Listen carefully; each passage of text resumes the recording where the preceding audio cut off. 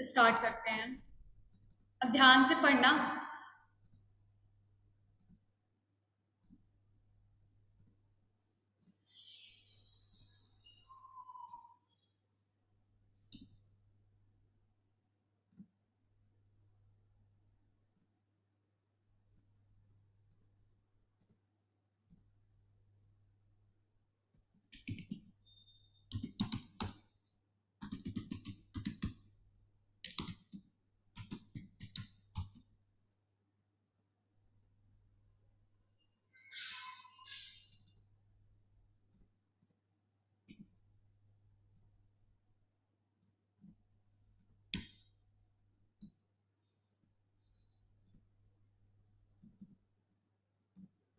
देखो, सेव करते हैं इसको पहले।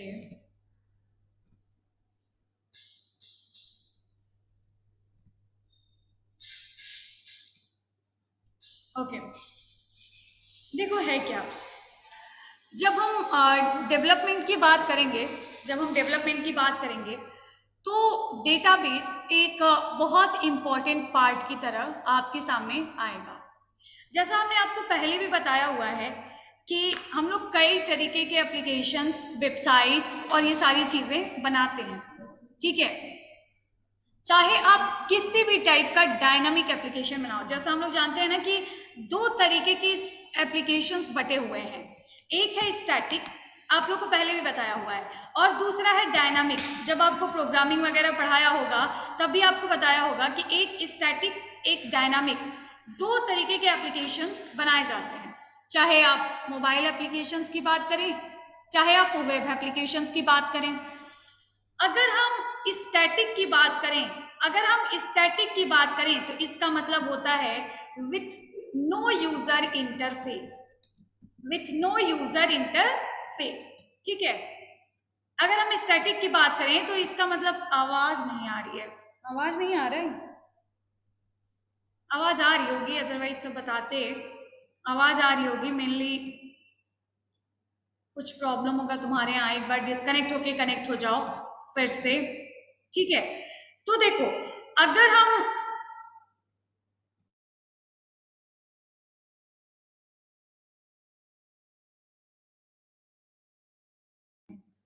ठीक है, तो अगर हम स्टैटिक जब एप्लीकेशन की बात करते हैं, जैसे आप लोगों ने भी एप्लीकेशन आप देखा है, आप सब जानते हो, ये जानना बहुत ज़रूरी है कि एप्लीकेशंस कई तरीके के होते हैं। जैसे कि मोबाइल एप्लीकेशंस जो हम अपने रेगुलर लाइफ में चलाते हैं, यूज़ करते हैं। फॉन्ट साइज बड़ा करना है, ओके, नो, ठीक है।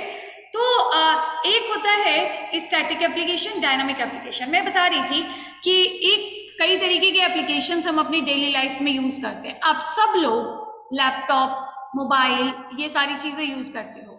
उसमें आपने देखा है कि एंड्रॉयड एप्लीकेशंस जो होते हैं उसमें क्या होता है, वो एप्लीकेशंस होते हैं। क्या आपने अब तक कोई भी एप्लीकेशन अपने फोन में इसलिए इंस्टॉल किया होगा ताकि आप किसी के बारे में पढ़ पाओ? बताओ, क्या आपने ऐसा कोई मोबाइल एप्लीकेशन, क्या बोल रहे हो, ठीक है। तो क्या आपने ऐसा कोई मोबाइल एप्लीकेशन अब तक ऐसा कोई डाउनलोड आपने इंस्टॉल किया है जिससे आप कुछ अब उसके बारे में पढ़ पाओ या कुछ इंफॉर्मेशन ले पाओ? तो ऐसे भी मोबाइल एप्लीकेशंस बनते हैं जिनसे क्या हो कि आप सिर्फ और सिर्फ क्या कर पाओ, आप कुछ इंफॉर्मेशन ले पाओ, आप कुछ पढ़ पाओ। जो भी चीजें विदाउट यूजर इंटरफेस बनती हैं, डेवलप की जाती हैं, कोडिंग होती है, उसको हम कहते हैं static. Static, there is no user interface. आप कोई फॉर्म नहीं भर सकते, यहाँ कोई डेटा का फ्लो नहीं हो सकता, यहाँ कुछ नहीं हो सकता। The second type is dynamic. Okay, dynamic का मतलब, जहां भी डायनामिक है इसका मतलब होता है जो बदलता रहे, है ना। हम लोग कहते हैं ना कि हमें डायनामिक वैल्यू चाहिए, वेरिएबल बना लो, ऐसा कुछ हम लोग जब कहते हैं। तो जहां भी डायनामिक की बात आती है, डायनामिक का मतलब होता है कि ऐसी चीज जो बदलती रहे। तो देखो, दो तरीके के एप्लीकेशंस बनाए जाते हैं, स्टैटिक एंड डायनामिक। अब जब आप स्टैटिक की बात करेंगे तो वहां पे आपको कोई कोई प्रोग्रामिंग की जरूरत नहीं है। यहाँ पे स्टैटिक को बनाने के लिए कोई प्रोग्रामिंग की जरूरत नहीं है। और ये डायनामिक जो है ये क्या है, विथ यूजर इंटरफेस। ये कैसा एप्लीकेशन है, विथ यूजर इंटरफेस। कैसा एप्लीकेशन है, विथ यूजर इंटरफेस। तो देखो यहाँ पे आपको जरूरत पड़ती है प्रोग्रामिंग लैंग्वेजेस की। अब आप सोचोगे ये प्रोग्रामिंग लैंग्वेज की जरूरत क्यों पड़ती है, तो आपने देखा होगा कि हम लोग क्या करते हैं, जहां भी डेटा का फ्लो हो रहा है, जैसे आप देखेंगे, आप टेकपाइल की वेबसाइट पे आते हैं, आप टेकपाइल की वेबसाइट पे आते हैं और by using techpile.in/online training, by using techpile.in/online training, this is designing, this is what, this is designing, ये डिजाइनिंग है। ये बस कोड किया गया है किस किस काम के लिए, फ्रंट एंड बनाने के लिए, दैट इज फ्रंट एंड, जो कि यूजर को दिखता है।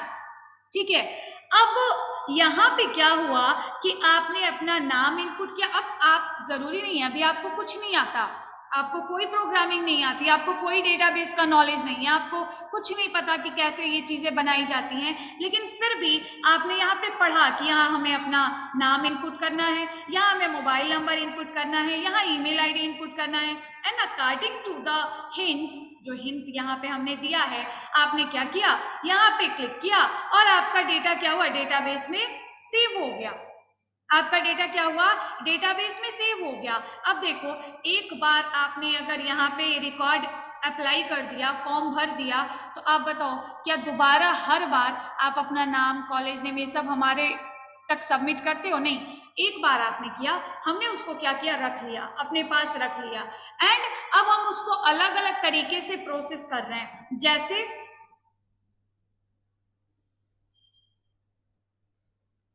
हाँ, तो क्या है कि हम लोग अलग अलग तरीके से प्रोसेस कर रहे हैं। अब यहाँ पे क्या है, यहाँ पे क्या है कि यहाँ पे हमने नेम ऑफ स्टूडेंट इनपुट किया, आपने आपने यहाँ मोबाइल नंबर इनपुट किया, आपने ईमेल आईडी इनपुट किया, एंड ये सारी चीजें आपको कहाँ पे दिखेंगी, आपको कहाँ पे दिखेंगी, आपको दिखेंगी यहाँ। अब आप इस पेज पे आके और आपको एक यूजर आईडी पासवर्ड मिलेगा, ये आपको यूजर आईडी पासवर्ड मिला, आपने लॉगिन किया और आपने जो रजिस्ट्रेशन के टाइम पे डेटा इनपुट किया था, यहाँ पे जो डेटा इनपुट किया था वो डेटा यहाँ पे दिख रहा है। ये आपकी फोटो दिख रही है, ये जो आपने नाम इनपुट किया था वो नाम यहाँ दिख रहा है, ये आपका ईमेल आईडी दिख रहा है। ये सारी डिटेल्स आपने हमें कहाँ दी थी, इस फॉर्म को भर के दिया था। ठीक है, दिस इज डायनामिक। यहाँ पे क्या हो रहा है, यहाँ हम यूजर की इंफॉर्मेशन को अपने पास ले पा रहे हैं, हम यूजर को ये सुविधा दे रहे हैं। Who is the user, you are the user. हमने ये वेबसाइट बनाई है, टेकपाइल टीम ने ये वेबसाइट बनाई है, so we are the developers. आप क्या कर रहे हो, आप इसको बस देख रहे हो, यूज कर रहे हो, you are the users for us, for Techpile. अब यहाँ पे क्या है कि यहाँ पे आपके डेटा को हम क्या कर रहे हैं, यूज कर रहे हैं। और यहाँ पे अब आप देख रहे हो कि आपने एक बार डेटा भरा, उसको हमने क्या किया, उसको हमने यहाँ स्टोर किया, यहाँ दिखाया, यहाँ दिखाया। अब देखो ये फी भी हमने दिखाई है, फी 0 सबमिटेड, फी 0, ये कहाँ से आई, ये डायनामिक है, ये प्रोग्रामिंग से आ रही है। हमने इफ का कंडीशन लगाया कि अगर कोई नया यूजर आया है, अगर कोई फ्री कोर्स वाला यूजर आया है, अगर इन्होंने अब तक फीस सबमिट नहीं किया है तो इनकी 0 फीस दिखाओ। अभी आप लोग अपने पैनल पे लॉगिन करते होंगे, आपको दूसरी फीस दिखाती होगी। इस तरीके से यूजर का इंटरफेस, मतलब यूजर हमारी वेबसाइट पे, हमारे एप्लीकेशन के थ्रू कुछ काम कर सके, कोई टास्क परफॉर्म कर सके, फॉर्म भर सके, कोई डेटा सबमिट कर सके, उस डेटा को बाद में गेट करके कोई टास्क कर सके, that is dynamic, that is user interface. ठीक है, अब ये मैंने आपको चीजें बताई, लेकिन जब आप देखते हो कोई भी वेबसाइट आप देखते हो, कहीं पर भी आप, आजकल एप्लीकेशंस का, बहुत सारे एप्लीकेशंस का आप यूज करते हो, आप देखते हो कि हर डेटा सेव होता है, हर डेटा सेव होता है। उस डेटा को सेव करने के लिए हमें एक डेटाबेस की जरूरत होती है। उस डेटा को सेव करने के लिए हमें ज़रूरत होती है। जब हम डायनामिक वेबसाइट बना रहे हैं तो हमें लॉजिक लगाने की ज़रूरत तो है ही, लॉजिक लगाने की ज़रूरत तो है ही, जो अभी मैंने बताया कि यहाँ हमने लॉजिक लगाया, इफ का कंडीशन लगाया, लॉजिक लगाने की तो ज़रूरत है ही, लेकिन साथ ही साथ आपको डेटाबेस की भी ज़रूरत है। डेटाबेस ये है क्या? ये कुछ नहीं है, it is just a software, it is just a software, okay, जो आपको ये सुविधा देता है कि आइए भाई आपके पास डेटा है, आपने कहीं से भी डेटा कलेक्ट किया, अब आप उसको हमारे सर्वर पे स्टोर कर दीजिए, हमारे एप्लीकेशन में, हमारे सॉफ्टवेयर में रख दीजिए। हम आपके इस डेटा को सुरक्षित रखेंगे, बाद में व्हेनेवर आपको इसकी जरूरत हो आप इसे एक्सेस कर सकते हो। तो इसके लिए हम लोग क्या यूज करते हैं, इसके लिए आपने नाम सुना होगा DBMS, that is stands for database management system,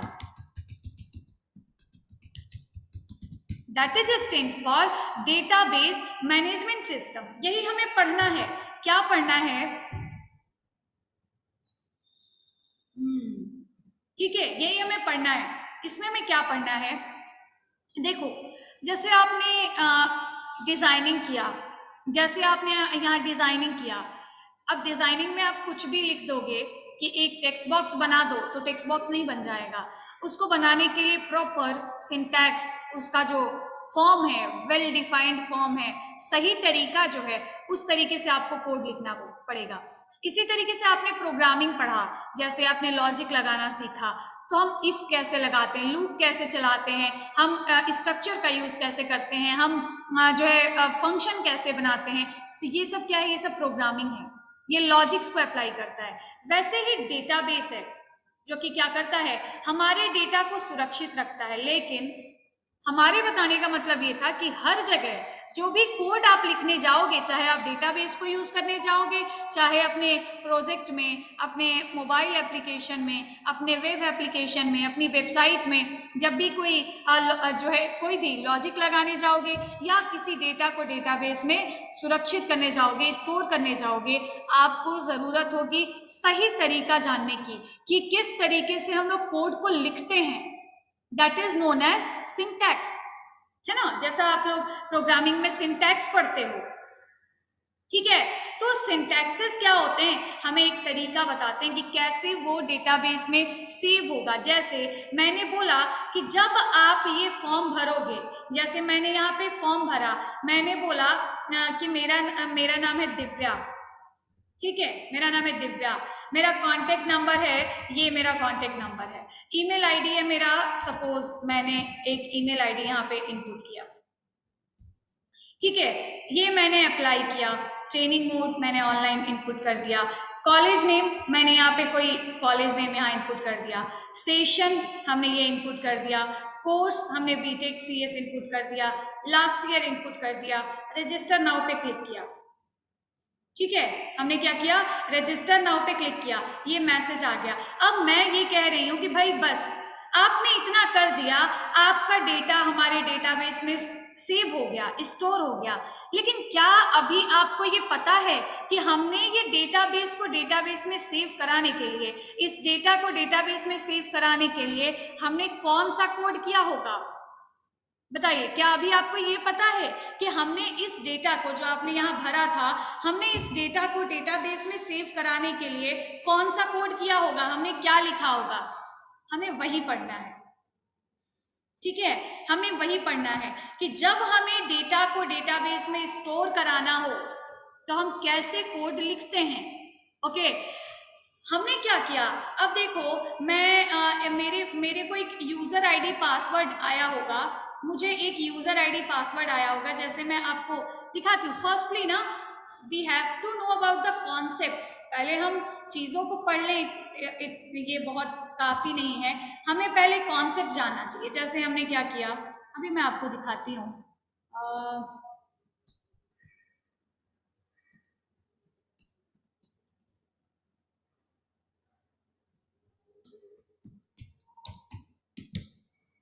चलो, मुझे पासवर्ड नहीं याद है इसका,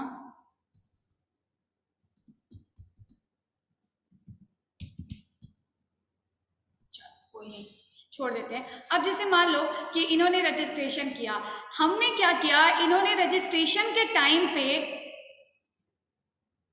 क्या हो गया, मैम आपका निकनेम बबली है क्या? नहीं नहीं नहीं, मेरा निकनेम बबली बिल्कुल नहीं है।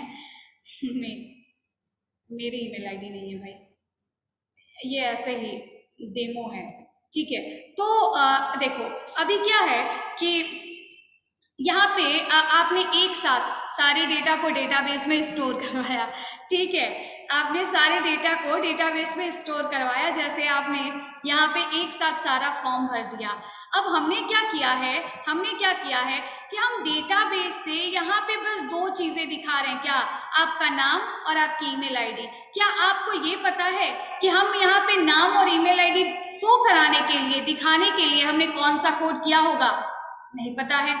यही चीजें हमें सीखनी है कि जब हमें डेटाबेस से कोई काम करना हो, कोई टास्क परफॉर्म करना हो, तब हम लोग क्या लिखते हैं, ठीक है, तब हम लोग क्या लिखते हैं। अब देखो इसके लिए जैसा मैंने बताया कि इसके लिए हम लोग क्या यूज करते हैं, इसके लिए हम यूज करते हैं database management system, database management system, that is known as DBMS। What is DBMS? It is DBMS ऐसे कह सकते हो, DBMS is just a software that provides facility to save, to store data. Okay, it is useful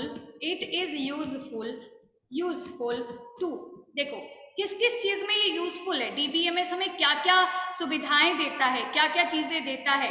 DBMS हमें बहुत सारी चीजें देता है। क्या देता है? डेटाबेस मैनेजमेंट सिस्टम एक तरीका है अपने डेटा को मैनेज करने का। आप ऐसा समझ लो, किसी भी डेटा को सिस्टमेटिक वे में मैनेज करने का जो तरीका है वो DBMS, ठीक है। सबसे फर्स्ट है, it is useful to store large amount of data. It is useful to store large amount of data. Okay, provides backup facilities,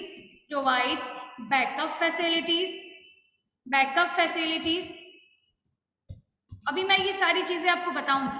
provides facility to import or export data, okay. Provides concurrency of data, बहुत सारी facilities हैं इसकी। ये सब क्या है अभी एक एक करके हम लोग डिस्क्राइब करेंगे। प्रोवाइड्स concurrency of data, ठीक है। अब ये सारी चीजें हैं क्या? प्रोवाइड्स, एक और बहुत इंपॉर्टेंट है कि provides security to data. Okay, what? It provides security to data. अब आपने देखा इसके नाम से ही पता चल रहा है हमें पढ़ना क्या है, हमें पढ़ना है DBMS, डेटाबेस मैनेजमेंट सिस्टम। हम अपने डेटा को कैसे मैनेज करेंगे, ये एक सिस्टम है। आपने देखा होगा कोई एक आदमी दुकान चला रहा है, ठीक है, कोई एक आदमी क्या कर रहा है, दुकान चला रहा है। अब वो क्या करते हैं, वो भी अपने डेटा को मैनेज करते हैं। किसी के पास किराना की दुकान है, वो भी अपने डेटा को मैनेज करते हैं। कैसे? उन्होंने क्या किया, कॉपी पे ही लिखते गए। उन्होंने एक रजिस्टर बनाया, वहां पे अपनी सारी बिल्स और सारी चीजों को लिख रहे हैं। बहुत सारी अदर जो है गवर्नमेंट ऑर्गेनाइजेशंस हैं जो कि अपने डेटा को एक्सेल वगैरह पे मैनेज करते हैं। बहुत सारे ऐसे लोग हैं जो अपने डेटा को ग्राफ के फॉर्मेट में मैनेज करते हैं, ठीक है। अब डेटा क्या है ये तो आप लोग जानते हो। डेटा बहुत सारी चीजें हो सकती हैं, किसी भी चीज का डेटा हो सकता है। एक स्टूडेंट से रिलेटेड डेटा हो सकता है, अगर हम एक कंपनी है तो हमारे पास अपने क्लाइंट्स के रिलेटेड डेटा हो सकता है। हम एक ट्रेनिंग इंस्टीट्यूट हैं तो हमारे पास अपने स्टूडेंट्स का डेटा हो सकता है। हम एक ऑर्गेनाइजेशन है, सॉफ्टवेयर कंपनी है, हमारे पास अपने एम्प्लॉय का डेटा हो सकता है ना। हमारी कंपनी के एक्सपेंसेस का डेटा हो सकता है। हमारे पास बहुत सारे तरीके के डेटा तो चारों तरफ फैला हुआ है, ठीक है। दो तरीके से डेटा को मैनेज किया जाता है। Data is managed in two way. कौन कौन से वे में? पहला रास्ता है relational management, relational database management, और दूसरा है नॉन रिलेशनल। अब देखो रिलेशनल डेटाबेस मैनेजमेंट सिस्टम और non relational database management system में क्या अंतर है? रिलेशनल डेटाबेस मैनेजमेंट सिस्टम और non relational database management system में क्या अंतर है? आप लोगों ने डेटा के बारे में पढ़ा कि डेटा, आपके चारों तरफ डेटा फैला हुआ है, आप अभी कुछ नहीं हो, you are just a student, you are just a man of your home. तो आप क्या करते हो? आपके घर में बहुत सारे खर्चे हो रहे हैं, इलेक्ट्रिसिटी की बिल पेमेंट हो रही है, कहीं कोई दूसरी मशीनरी की बिल पेमेंट हो रही है, कहीं आपके घर के डेली ग्रोसरी के पेमेंट्स हो रहे हैं, कहीं आपकी जो है घर के बच्चों के फीस पेमेंट हो रहे हैं। ये सब खर्चे हैं, हम खर्चों का हमारे पास डेटा है। डेटा को स्टोर करने के दो तरीके हैं, एक है रिलेशनल, दूसरा है नॉन रिलेशनल। रिलेशनल का मतलब है एक ऑर्गेनाइज्ड सिस्टम। रिलेशनल का मतलब क्या है? Organised system. और नॉन रिलेशनल का मतलब क्या है? Non organised system, unorganised system. ठीक है, इसका मतलब समझिएगा। अभी मैंने बताया कि एक डेटा को आप और बहुत सारे तरीके से मैनेज कर सकते हैं, जैसे एक्सेल के फॉर्मेट में, जैसे ग्राफ के फॉर्मेट में, जैसे नॉर्मल जो हमारा टेबल होता है टेबल के फॉर्मेट में। ऐसे आप बहुत सारे तरीके से अपने डेटा को मैनेज कर सकते हैं। लेकिन आप लोग बताइएगा, क्या अगर एक ग्रोसरी दुकान वाला अपने डेटा को क्या करता है? अपने डेटा को स्टोर करके रखता है और वो चाहता है, वो एक साल बाद चाहेगा कि मैं तुरंत किसी एक साल पहले का डेटा मैं तुरंत निकाल पाऊं, तो क्या वो निकाल पाएगा? नहीं, बड़ी चीजें ढूंढनी पड़ेगी बहुत, क्योंकि वो सिस्टम ऑर्गेनाइज्ड नहीं है।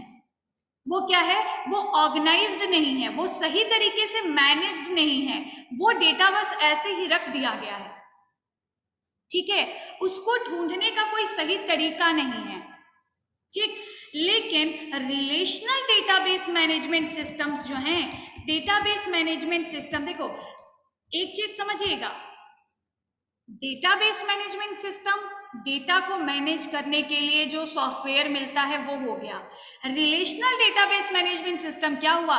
डेटा को ऐसे वेल डिफाइंड फॉर्म में मैनेज करना ताकि आगे कहीं कभी भी आप उसमें से कोई इंफॉर्मेशन निकालना चाहो, बड़े आसानी से निकल जाएगा। So what is relational database management system? It provides many database softwares to store your data in well defined manner। ठीक है, इसमें बहुत सारे सॉफ्टवेयर्स आते हैं, जैसे MySQL, MS SQL, Oracle,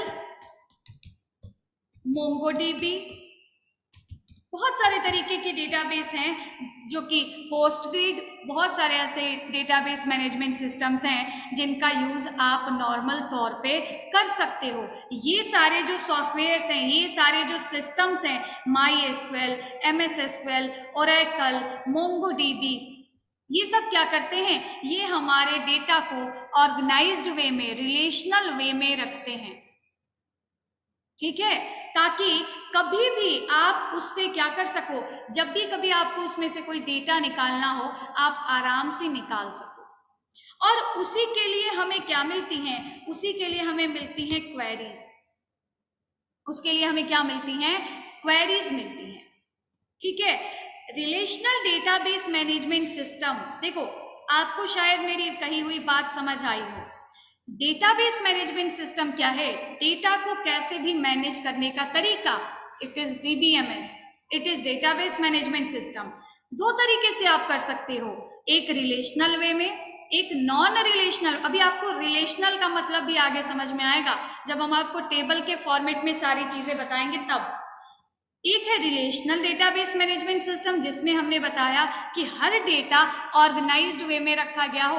आज के डेट पे आपको 2 साल पहले का डेटा निकालना हो, with in a second, with in using a query, आप झट से उसको निकाल सको। The second is non relational, जहाँ पे डेटा मैनेज नहीं है, जहाँ पे डेटा को ढूंढने में परेशानी हो सकती है, बट वो भी एक स्टोर करने का तरीका है। चीजें समझ आ रही हैं? रिप्लाई सब समझ आ रहा है? हाँ, ऑर्गेनाइज्ड वे मीन्स अभी अभी समझ आएगा। अभी अभी जब मैं एक टेबल आपको बता के बनाऊंगी तो आपको आसानी से समझ में आने लगेगा। ओके ओके, अब देखो होता क्या है कि ऑर्गेनाइज्ड और नॉन ऑर्गेनाइज्ड का मतलब क्या है, ऑर्गेनाइज्ड और नॉन ऑर्गेनाइज्ड का मतलब क्या है। देखो है क्या कि ऑर्गेनाइज्ड वे की जब हम बात करते हैं, ऑर्गेनाइज्ड वे की जब हम बात करते हैं, मैं आपको कुछ एग्जांपल्स बताती हूँ, आप उसको समझिएगा। जब हम एक ऑर्गेनाइज्ड वे की बात करते हैं, बहुत अभी मैंने आपको बताया कि हम अपने डेटा को बहुत सारे रिलेशनल डेटाबेस मैनेजमेंट सिस्टम, जो कि क्या हैं, बहुत सारे हमारे पास रिलेशनल डेटाबेस मैनेजमेंट सिस्टम्स हैं, जैसे MySQL, MS SQL, ये सब अलग अलग क्या हैं, डेटा को मैनेज करने के तरीके हैं, सॉफ्टवेयर्स हैं जिसमें आप डेटा रख सकते हो, मैनेज कर सकते हो। तो इनमें से आप किसी का भी यूज कर सकते हो, लेकिन हम कैसे उसमें डेटा रखते हैं, हम एक्सेल में तो जानते हैं कि हम कैसे डेटा रखते हैं, हम कॉपी पे नोट करना जानते हैं कि हमें कैसे डेटा रखना है, लेकिन हम रिलेशनल फॉर्मेट में कैसे डेटा को रख सकते हैं। तो देखो होता क्या है कि जब भी हम रिलेशनल डेटाबेस मैनेजमेंट सिस्टम की बात करते हैं तो वहां पे सबसे पहले आता है डेटाबेस। सबसे पहले क्या आता है, डेटाबेस आता है, डेटाबेस। ठीक है, एक मिनट थोड़ा कैमरा जूम करवाऊं।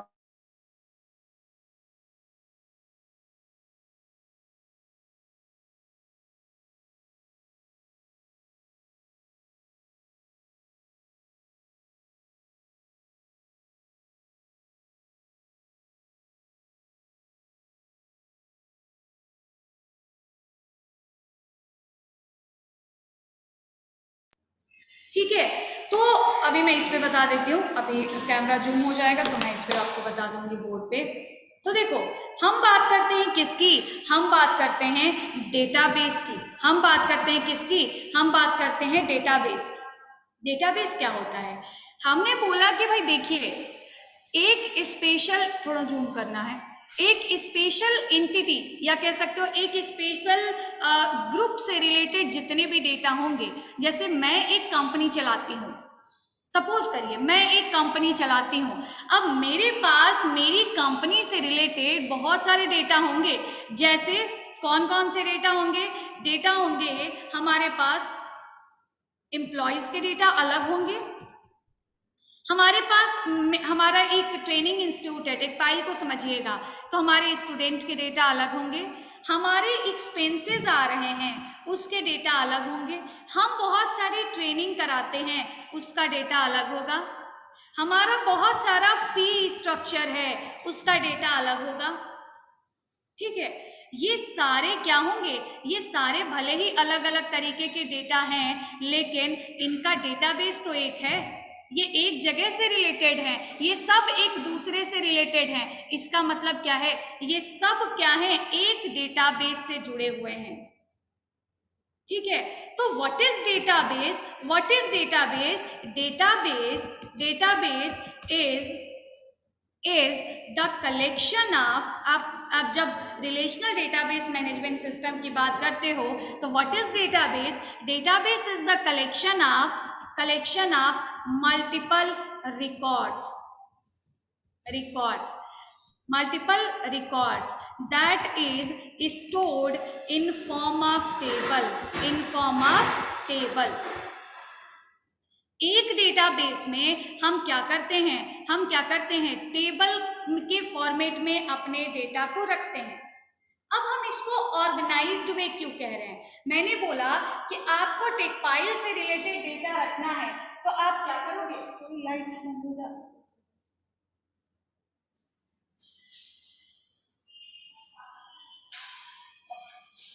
हमने बोला आपको ऑर्गेनाइज्ड वे में डेटा रखना है तो आप क्या करोगे, बोलोगे अच्छा मुझे टेकपाइल का डेटा रखना है तो चलो मैं एक डेटाबेस बना देता हूँ।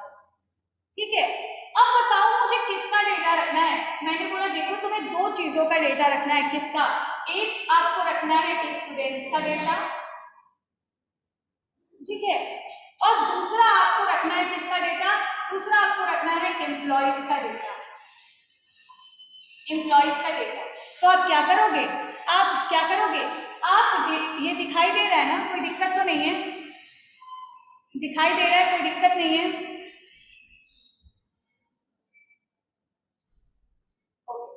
ठीक है, ओके, ठीक है। तो देखो एक डेटाबेस में जो अलग अलग तरीके के रिकॉर्ड्स रखे जाते हैं वो क्या किए जाते हैं, अलग अलग टेबल्स के फॉर्मेट में स्टोर करके रखे जाते हैं। हमने बोला what is database, database is the collection of multiple records stored in form of table, it is a table, this is a table, हमने लिख दिया fees, this is a table, हमने लिख दिया ट्रेनिंग, ट्रेनिंग का एक हमने अलग टेबल बना लिया। जितने भी डेटा हैं उनको हम अपने डेटाबेस में कैसे स्टोर करते हैं, डेटा के टेबल के फॉर्मेट में हम क्या करते हैं, उनको अपने डेटाबेस में हम स्टोर करके रखते हैं। ठीक है, जितने भी डेटा होते हैं उनको हम अपने डेटाबेस में कैसे स्टोर करते हैं, टेबल के फॉर्मेट में स्टोर करके रखते हैं। ठीक है, अब देखो हम इसको वेल डिफाइंड क्यों कह रहे हैं, हम क्यों कह रहे हैं कि ये वाला डेटाबेस बहुत अच्छा है, रिलेशनल डेटाबेस मैनेजमेंट सिस्टम का यूज करो, आईडीबीएमएस का यूज करो, ये बहुत अच्छा है। क्यों हम ये कह रहे हैं, हम इसलिए कह रहे हैं कि ये वेल डिफाइंड है। हम इसको वेल डिफाइंड क्यों कह रहे हैं, ये वेल डिफाइंड का मतलब क्या है, देखो वेल डिफाइंड का मतलब क्या है, अब आप लोग समझिएगा। No visible map, no visible, Mohammed Savesh, Savesh हो क्या, नो विजिबल मतलब विजिबल नहीं है, विजिबल है ना, ओके। तो हम इसको वेल डिफाइंड क्यों कह रहे हैं, अब देखो वेल डिफाइंड हम इस वजह से कहते हैं क्योंकि सबसे पहले हम अपने डेटा को ऐसे स्टोर करते हैं। आप सब लोग किसी ना किसी कॉलेज में पढ़ते हो, मान लो कॉलेज वाले कॉलेज में जो आपके टीचर्स हैं, जो कॉलेज का मैनेजमेंट टीम है, उसको आप सारे स्टूडेंट्स का डेटा अपने डेटाबेस में स्टोर करके रखना था। मैं बताती हूँ आपको एक फॉर्मेट, किसका, टेबल का फॉर्मेट, कि कौन सी टेबल का, स्टूडेंट टेबल का फॉर्मेट बताती हूँ। एक मैं आपको फॉर्मेट बताती हूँ, किसका, स्टूडेंट टेबल का फॉर्मेट बताती हूँ। अब मैं क्या करूंगी, अब मैं क्या करूंगी, यहाँ मैं टेबल के फॉर्मेट, टेबल कैसा होता है, रो और कॉलम के फॉर्मेट में मैं डेटा को स्टोर करूंगी। एक ये डेटा हो गया, एक यहाँ डेटा हो गया, एक यहाँ डेटा हो गया, एक ये डेटा हो गया, ऐसे डेटा मैंने बताया। अब देखो हमने सबसे पहले क्या किया, हमने यहाँ पे डेटा बनाया कुछ ऐसा, हमने लिख दिया रोल नंबर, हमने लिख दिया नेम, यहाँ हमने लिख दिया कोर्स, यहाँ हमने लिख दिया, सपोज हमने लिख दिया यहाँ पे कॉन्टेक्ट नंबर, यहाँ हमने लिख दिया कोर्स। अब देखो मैं डेटा कुछ स्टोर करती हूँ, मैंने स्टोर किया 1 2 3 4, यहाँ हमने लिख दिया सावेज, यहाँ हमने लिख दिया राम, यहाँ हमने लिख दिया रवि, यहाँ हमने लिख दिया प्रिया। ठीक है, कांटेक्ट नंबर हमें स्टोर करना है, तो हमने क्या किया, मान लो यहाँ भी हमने लिख दिया राम, कांटेक्ट नंबर स्टोर करना है, हमने ये कांटेक्ट नंबर ऐसे स्टोर कर दिया, कुछ ऐसे, कुछ भी ऐसे लिख दिया हमने।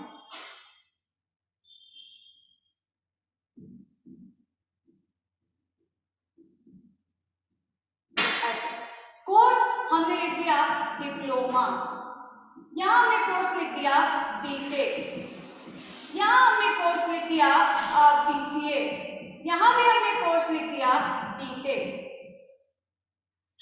ठीक है, अब देखो इसको हम वेल डिफाइंड क्यों कह रहे हैं, हो सकता है कि एक ही टेबल में दो रिकॉर्ड्स हों, किस नाम के, दो स्टूडेंट हो, किस नाम के, राम नाम के, किस नाम के, राम नाम के दो स्टूडेंट हो, इनका भी नाम राम है, इनका भी नाम राम, हो सकता है ना।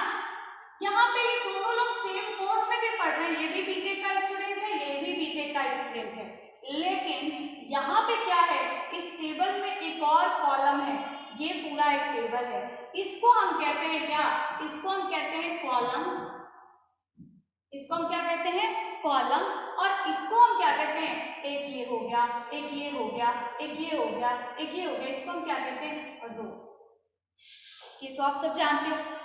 कॉलम और रो के फॉर्मेट में स्टोर किया गया डेटा, एक टेबल के फॉर्मेट में स्टोर किया गया डेटा ये है। अब यहाँ हमने डेटा को स्टोर किया, लेकिन हमने क्या किया, यहाँ पे डेटा में ये लगा दिया, हमने क्या लगा दिया, ये लगा दिया। आप जब भी एक अच्छे डेटाबेस की बात करोगे, जब भी आप एक वेल डिफाइंड टेबल की बात करोगे, तो हर टेबल में एक ऐसा कॉलम होना चाहिए। देखो, ये रिकॉर्ड एक स्टूडेंट का है, ये रिकॉर्ड एक स्टूडेंट का है, ये रिकॉर्ड एक स्टूडेंट का है, सारे रिकॉर्ड अलग अलग स्टूडेंट्स के हैं। तो इन सब में से एक ना एक रिकॉर्ड ऐसा होना चाहिए जो कि क्या कर रहा हो, इस कॉलम को, इस पूरे रो को यूनिकली आइडेंटिफाई कर रहा हो। हर एक रो को, रो का मतलब समझिएगा, इसको इसको इसको इसको यूनिकली आइडेंटिफाई कर रहा हो। इस रोल नंबर को हम क्या कहेंगे, इस कॉन्सेप्ट को हम कहते हैं प्राइमरी की। इसको हम क्या कहते हैं, इसको हम कहते हैं प्राइमरी की। जब आपके डेटाबेस का हर टेबल में एक कॉलम क्या होता है, प्राइमरी की होता है, प्राइमरी की टाइप का होता है, हम उसको एक अच्छा टेबल, एक आइडियल टेबल, एक वेल डिफाइंड टेबल कह सकते हैं। ये कुछ डेटाबेस के रूल्स हैं, जब आप पढ़ेंगे आपको ये समझ में आएगा। अब देखो, डेटाबेस के फॉर्मेट में मैंने अभी तक आपको क्या बताया, मैंने बताया कि टेबल, जब भी हम IDBMS की बात करते हो, वहां हम अपने डेटा को किस फॉर्मेट में स्टोर करते हैं, टेबल के फॉर्मेट में स्टोर करते हैं। टेबल क्या होता है, टेबल रो और कॉलम्स का कलेक्शन होता है। हर रो एक एंटिटी, एक स्टूडेंट, एक रिकॉर्ड से रिलेटेड हो सकता है। हम जो भी रिकॉर्ड स्टोर करते हैं उसको कैसे स्टोर करते हैं, रो वाइज स्टोर करते हैं। हम हर एक रिकॉर्ड को कैसे स्टोर करते हैं अपने टेबल में, रो वाइज स्टोर करते हैं। ये हो गया एक स्टूडेंट का रिकॉर्ड, ये हो गया एक स्टूडेंट का रिकॉर्ड, ये हो गया 50 स्टूडेंट आएंगे, हम 50 स्टूडेंट का रिकॉर्ड रो वाइज स्टोर करेंगे। हर स्टूडेंट के लिए एक नया रो डेटाबेस में जाएगा। अगर आप बात करो कि आप रिलेशनल डेटाबेस मैनेजमेंट सिस्टम की बात कर रहे हो, आप कह रहे हो कि मैं एक अच्छा डेटाबेस बना रहा हूं जिससे कि मेरा डेटा बिल्कुल मैनेज्ड रहेगा, मैं आगे कभी भी 4 साल बाद भी चाहूं तो एकदम एग्जैक्ट डेटा निकाल सकता हूं, तो मैं कैसे निकालूंगा, मेरे टेबल में, उसके लिए आपके हर टेबल में एक ना एक कॉलम ऐसा होना चाहिए जो कि आपके हर रिकॉर्ड को यूनिक आइडेंटिफाई कर रहा हो। आपने जैसे ही बोला कि आपको और कुछ बताने की जरूरत नहीं है, आपने बोला कि रोल नंबर 2 वाला स्टूडेंट, तुरंत पता चल जाएगा, अच्छा राम, और जिसका कॉन्टेक्ट नंबर ये है, जो बीटेक का स्टूडेंट है, आप इसकी बात कर रहे हो। It is a well defined table. और ये जो रो है, ये जो कॉलम है, जो हर रो को यूनिक आइडेंटिफाई कर रहा है। यूनिक का मतलब क्या है कि ऐसा कोई और नहीं है, रोल नंबर 1 का कोई और स्टूडेंट नहीं होगा इस टेबल में। अगर आप इंसर्ट करने की कोशिश भी करोगे ये आपको रोक देगा। क्यों? क्योंकि ये कहेगा कि भाई मैं रोल नंबर 1 का रिकॉर्ड पहले ही स्टोर कर चुका हूं। ठीक है, आप रोल नंबर 2 दोबारा इंसर्ट करने जाओगे, ये रोक देगा, कहेगा नहीं ऐसा नहीं हो सकता, मैं ये इंसर्ट नहीं कर सकता। हर एक रिकॉर्ड के लिए इसकी वैल्यू अलग अलग होगी।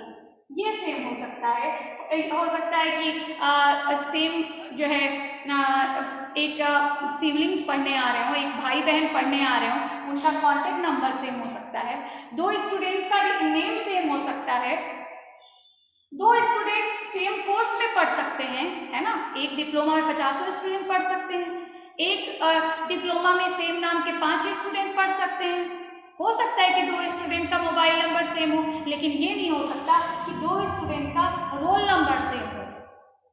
ओके, तो हम इस टेबल में रोल नंबर को क्या कहेंगे, प्राइमरी की कहेंगे। ये कुछ टेबल के बेसिक से कॉन्सेप्ट हैं कि ऐसे डेटाबेस में टेबल आपको बनाना चाहिए। ठीक है, ये हमें हेल्प करता है क्या करने में, डेटा की कंसिस्टेंसी, या जिसको कंसिस्टेंसी का मतलब अगर आप ना समझें तो डेटा में डुप्लीकेसी ना आए। ऐसा ना हो कि आप एक ही स्टूडेंट का रिकॉर्ड भूल के 50 बार इनपुट किए जा रहे हो और फिर आपको लग रहा है कि हमारे कोर्स में तो, हमारे कॉलेज में तो 2000 स्टूडेंट पढ़ रहे हैं, लेकिन आपको क्या पता कि आपने इसी में सेम स्टूडेंट को 5-5 बार इनपुट किया हुआ है। तो ऐसा नहीं होगा, ठीक है, ऐसा नहीं होगा। ये क्या होगा, हर टेबल में एक कॉलम प्राइमरी की टाइप का होगा तो आपका टेबल अच्छा माना जाएगा। ठीक, क्या पूछ रहे हो, प्राइमरी की को सिर्फ एक ही बार यूज कर सकते हैं, कह सकते हो। कॉन्सेप्ट्स होते हैं कैंडिडेट की, सुपर की का, जिसमें हम कलेक्शंस बनाते हैं प्राइमरी की का, वो हम आपको आगे बताएंगे। लेकिन अभी आप इतना समझें कि प्राइमरी की एक टेबल में एक आप बना सकते हो, रहना चाहिए एक। मैम प्राइमरी की अधिकतर आईडी में ही क्यों लेते हैं, जरूरी नहीं है, बिल्कुल जरूरी नहीं है। देखो हाँ देखो, बिल्कुल जरूरी नहीं है। अगर आप हमारे टेकपाइल की बात करें तो यहाँ आपकी कोई आईडी नहीं है, यहाँ आपकी ईमेल आईडी है जिसको हमने प्राइमरी की बनाया है। कोई भी स्टूडेंट एक ईमेल आईडी से 2 बार रजिस्ट्रेशन नहीं कर सकता, तो हमारे लिए आपकी ईमेल आईडी प्राइमरी की है, जरूरी नहीं है। जो भी आपको लगता है कि मैं इस टेबल में इस टाइप का डेटा स्टोर कर रहा हूँ, और देखो ये वाला रिकॉर्ड ना किसी भी स्टूडेंट के लिए, किसी भी जिस टाइप का आपका टेबल है उसके लिए 2 बार नहीं आ सकता, आप उसको प्राइमरी की बना सकते हो। ठीक है, प्राइमरी की यूनिक होता है, हाँ हो सकती है पिंकी। ठीक है, कुछ समझ आ रहा है, कुछ समझ आ रहा है। मैम 2 रो को यूनिकली आइडेंटिफाई करना, देखो जब हम 2 रो को यूनिकली आइडेंटिफाई करते हैं तो वो कलेक्शन बन जाता है, कलेक्शन यूनिक आइडेंटिफिकेशन का, उसको हम प्राइमरी की नहीं कहते।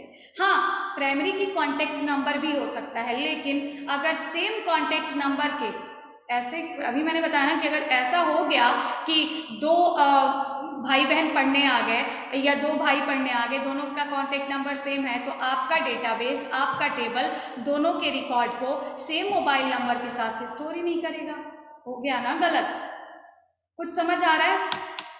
हाँ अब देखो, यहाँ मैं आपको एक दूसरा कॉन्सेप्ट भी बताती हूँ, जो कि क्या है, जिस कॉन्सेप्ट को हम क्या कहते हैं, कुछ रोल नंबर को तो बना सकते हैं ना, हाँ बना सकते हो, बना सकते हो। अलग अलग टेबल में अलग अलग टाइप की कॉलम्स को आप प्राइमरी की बना सकते हो। सोचना आपका काम है किसको बनाना है, यू आर द डेवलपर, अपने आप नहीं बन जाएगा, अपने आप कहने नहीं लगेगा कि सुनो सुनो रोल नंबर को प्राइमरी की बना दो, आपको बनाना होगा।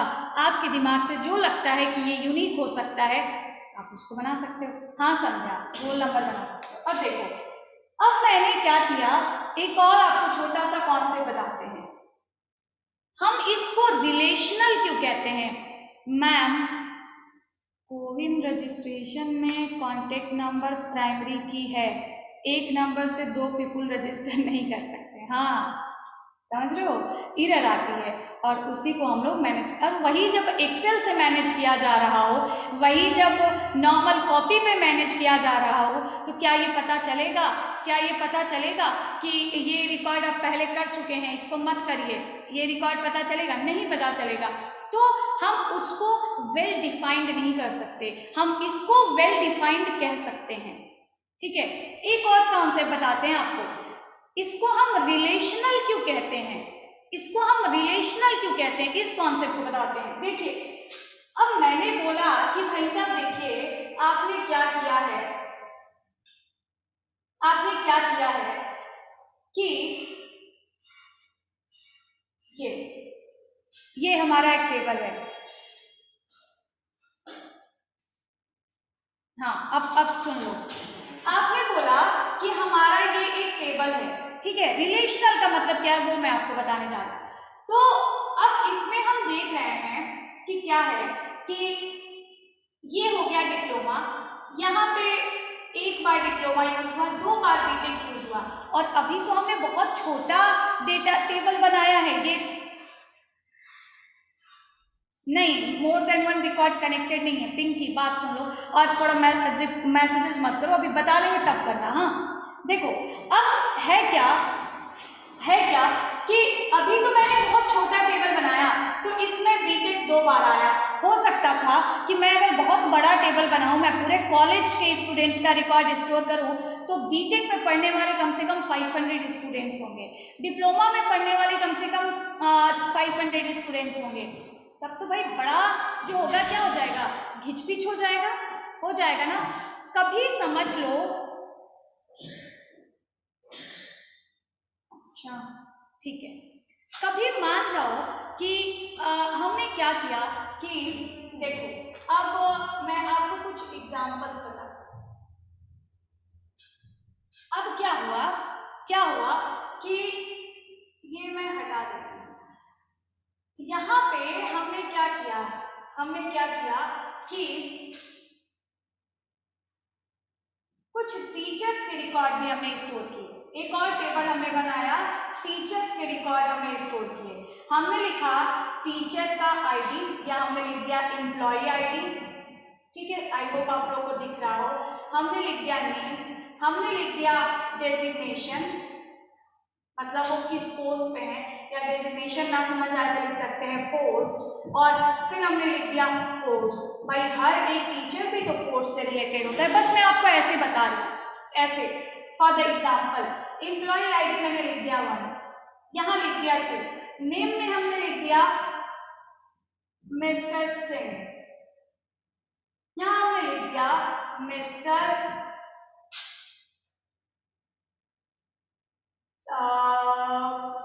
किसी प्रोफेसर का नाम हमने लिख दिया, चलो हम अपने टीचर, हमने लिख दिया रुपेश, ठीक है। पोस्ट हमने लिख दिया, पोस्ट क्या है, इनका पोस्ट है फिजिक्स लेक्चर, या मैं फिजिक्स हम लोग नहीं पढ़ते, हमने लिख दिया डेटाबेस लेक्चरर, ऐसे कुछ करके हमने लिख दिया। इनका पोस्ट हमने लिख दिया सीनियर लेक्चरर, ठीक है, ऐसे मैंने कुछ लिख दिया।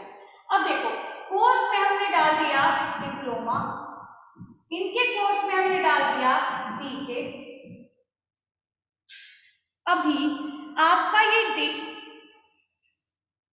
डेटाबेस किस टेक्नोलॉजी में काम आता है, सुनो, पहले तो जो पढ़ा रहे हैं वो पढ़ लो, और दूसरी चीज कि डेटाबेस हर टेक्नोलॉजी में काम आता है। चाहे तुम अपना प्रोजेक्ट मोबाइल एप्लीकेशन बना रहे हो, चाहे तुम अपना वेब एप्लीकेशन बना रहे हो, अब अगर तुम टेक्नोलॉजी की बात करोगे तो ये तो एक छोटा सा पार्ट है कि तुम अपना वेब एप्लीकेशन जिसको हम डायनामिक वेबसाइट कहते हैं, उसको पाइथन से भी बना सकते हो, PHP से भी बना सकते हो, .NET से भी बना सकते हो, जावा से भी बना सकते हो, तुम्हें बनाना आना चाहिए। लेकिन तुम किसी से भी बनाओगे, डेटाबेस आना चाहिए। डेटाबेस का यूज तो हर जगह होना है, डेटा को हर हाल में स्टोर कराना है। चाहे टेक्नोलॉजी का मतलब क्या होता है, मेथड, तरीका, कोई किसी भी तरीके से स्टोर कराओ, डेटाबेस तो चाहिए। अनिल समझ रहे हो? तो देखो, और हम लोग पढ़ रहे हैं DBMS, हम लोग पढ़ रहे हैं क्वेरीज, जो क्वेरीज आपको हर जगह काम आएंगी। तो आप सुनिए, अब अगर मैं इस डेटाबेस की बात करूं तो एक हमारा डेटाबेस है कॉलेज का, जिसमें हमने 2 टेबल बनाए। कौन सा टेबल? एक स्टूडेंट का टेबल और एक टीचर का टेबल। लेकिन मुझे इसमें एक गड़बड़ी दिख रही है। कौन सी गड़बड़ी दिख रही है? मैं कह रही हूँ भाई देखो, जो कोर्स है वो यहाँ पे भी है और जो कोर्स है वो यहाँ पे भी है, ठीक है। जो कोर्स है वो यहाँ पे भी है, जो कोर्स है वो यहाँ पे भी है। हो सकता है समझिएगा कि मैंने सावेज का मुझे कोर्स अपडेट करना है तो मैंने डिप्लोमा की स्पेलिंग गलत कर दी। मुझे सावेज का कोर्स जो है अपडेट करना है, मैंने डिप्लोमा की स्पेलिंग गलत कर दी इन शॉर्ट कराने में, ठीक है। अब मुझे बाद में सर्च करना है कि इस टेबल में डिप्लोमा वाले कितने स्टूडेंट हैं, तो आपको क्या मिलेगा? 0। क्यों? क्योंकि आपने स्पेलिंग गलत कर दी थी, ठीक है। या फिर मैं देखूं कि अच्छा ये वाला जो टीचर है वो कितने स्टूडेंट को पढ़ाता है, तो वो मुझे कैसे पता चलेगा? वो मुझे कोर्स से पता चलेगा। ये टीचर जो मिस्टर सिंह है वो डिप्लोमा के टीचर है, और डिप्लोमा का इसमें एक भी स्टूडेंट नहीं है, क्योंकि इसमें तो डिप्लोमा की स्पेलिंग गलत है और इस अलग है और यहाँ डिप्लोमा की स्पेलिंग अलग है। क्यों, कुछ समझ रहे हैं आप लोग? अब यहाँ पे क्या होगा कि ये कहेगा कि भाई देखो जो तुमने टेबल बनाया ना सही से नहीं बनाया। तो हम लोग क्या करते हैं, जितने भी अलग अलग टाइप के रिकॉर्ड्स हैं उनको अलग अलग टेबल में ही रखते हैं। जितने भी अलग अलग टाइप के रिकॉर्ड्स हैं उनको अलग अलग टेबल में रखते हैं। इसको एक तरीके से आप नॉर्मलाइजेशन भी कह सकते हो और एक तरीके से इसको रिलेशनल डेटाबेस मैनेजमेंट सिस्टम भी कह सकते हो। कैसे? हमने क्या किया, आई होप आपको मैं यहाँ जो लिखूंगी वो दिखेगा। यस, हमने क्या किया, हमने एक कोर्स नाम का अलग टेबल बना लिया। हमने क्या किया, हमने कोर्स नाम का एक अलग टेबल बना लिया और उसमें हमने अपने कॉलेजेस के कोर्स स्टोर करवाए। हमने लिख दिया कोर्स आईडी और हमने लिख दिया कोर्स नेम। कोर्स नेम हमने लिखा, देखो मेरे कॉलेज में इतने कोर्स चलते हैं, कितने, पहला कोर्स, दूसरा कोर्स, तीसरा कोर्स, चौथा कोर्स, और ये डॉट नहीं होगा क्योंकि ये इंटीजर वैल्यू है। तो पहला कोर्स है डिप्लोमा, दूसरा कोर्स है बीटेक, तीसरा है बीसीए एंड नेक्स्ट है एमसीए। इतने कोर्सेज हम कराते हैं। अच्छा, बनाने से फायदा क्या हुआ, अब मुझे जहां कहीं भी ये स्टूडेंट किस कोर्स में पढ़ रहा है, डिप्लोमा में पढ़ रहा है, और आप लोग बताओ इस टेबल में जो कॉलम डिप्लोमा को यूनिकली आइडेंटिफाई कर रहा है, प्राइमरी की है, वो कौन सा कॉलम है, वो सी आईडी है, वो कोर्स आईडी है। कौन सा आईडी है, वो कोर्स आईडी है। अब हम क्या करेंगे, यहाँ स्टोर करेंगे, ये डिप्लोमा का स्टूडेंट है, हमने स्टोर कर दिया 1। ये बीटेक का स्टूडेंट है, बीटेक की आईडी क्या है, 2, हमने स्टोर कर दिया 2। ये बीसीए का स्टूडेंट है, इसकी आईडी है 3, हमने स्टोर कर दिया 3। ये बीटेक का स्टूडेंट है, इसकी आईडी है 2, हमने स्टोर कर दिया 2। ये टीचर डिप्लोमा के हैं, हमने स्टोर कर दिया 1। ये टीचर बीटेक के हैं, हमने स्टोर कर दिया 2। फायदा क्या हुआ, फायदा क्या हुआ, बहुत सारे फायदे हुए। क्या फायदा हुआ, पहला फायदा तो ये हुआ कि अगर आपको अब देखो इसी मैनेजमेंट को, नहीं स्पेलिंग गलत नहीं हुआ, हाँ ये तो चलो ठीक है। देखो क्या है कि ये इसी स्ट्रक्चर को हम क्या कहते हैं, इसको हम कहते हैं फॉरेन की रिलेशन। इसको हम क्या कहते हैं, फॉरेन की रिलेशन। फॉरेन का मतलब समझ रहे हो, जब किसी एक टेबल के प्राइमरी की रिकॉर्ड को, जब किसी एक टेबल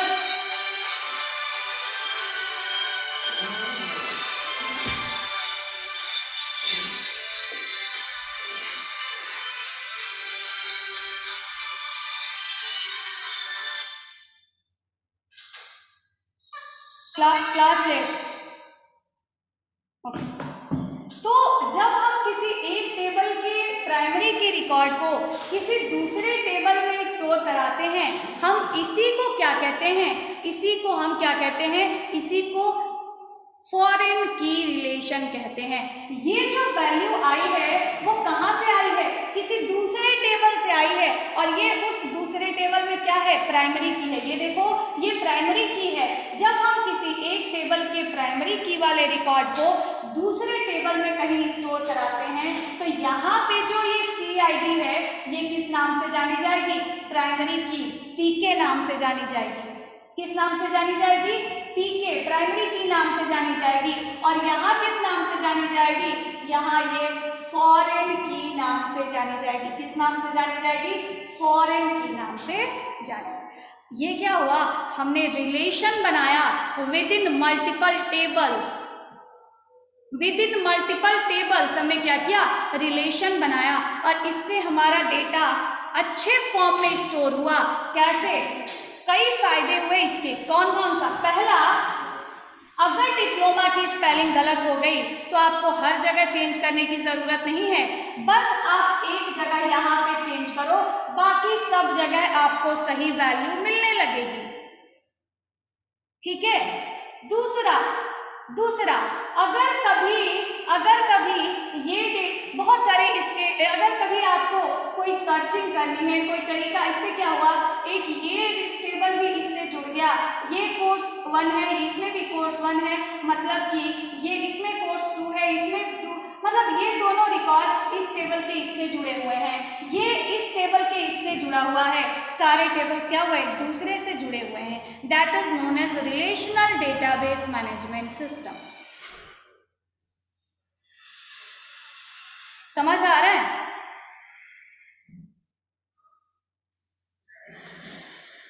समझ आ रहा है कि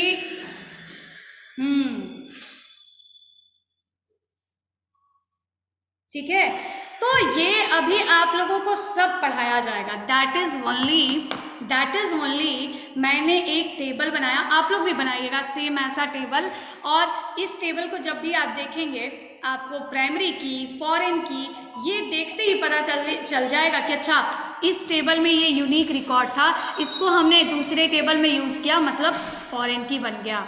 ठीक है, तो ऐसे ही टेबल को हम लोग क्या कहते हैं, ऐसे ही टेबल को हम लोग क्या कहते हैं, इसको हम लोग कहते हैं relational database management system. Okay, अब देखो क्या है कि जब भी हम डेटाबेस में relational database management system, okay क्या बता रही थी, relational, non relational database and this, ठीक है। अब देखो, अब हमें पढ़ना है कि मल्टीपल क्वेरीज क्या होती हैं। आपने सुना होगा, क्या आपने नाम सुना होगा SQL, आपने नाम सुना होगा किसका, SQL का। SQL स्टैंड्स फॉर स्ट्रक्चर्ड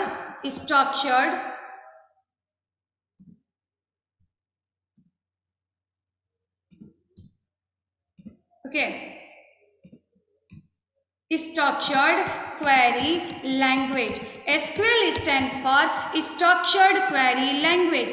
ये structured query language क्या होता है, ये structured query language क्या होता है, ये देखो, it provides some well defined या some predefined कह सकते हो, some predefined manner of queries that is used to create and manipulate data in database।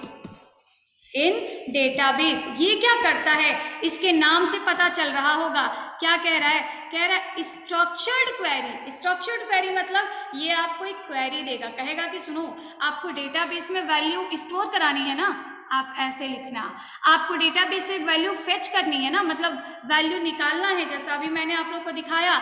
ये देखो यहाँ पे हम लोग क्या कर रहे हैं, अब आप लोग मुझे बताइएगा, ये फॉर्म है, ये हमारा फॉर्म है, इसमें फॉर्म भर के हम यहाँ बटन पे क्लिक करके डेटाबेस में क्या कर रहे हैं, वैल्यू को स्टोर करा रहे हैं और डेटाबेस से वैल्यू ला रहे हैं। क्या कर रहे हैं, डेटाबेस में वैल्यू स्टोर करा रहे हैं कि डेटाबेस से वैल्यू ला रहे हैं, क्या कर रहे हैं हम? हाँ, वेरी गुड, ये सब कुछ आदित्य क्यों स्केच करने लगे?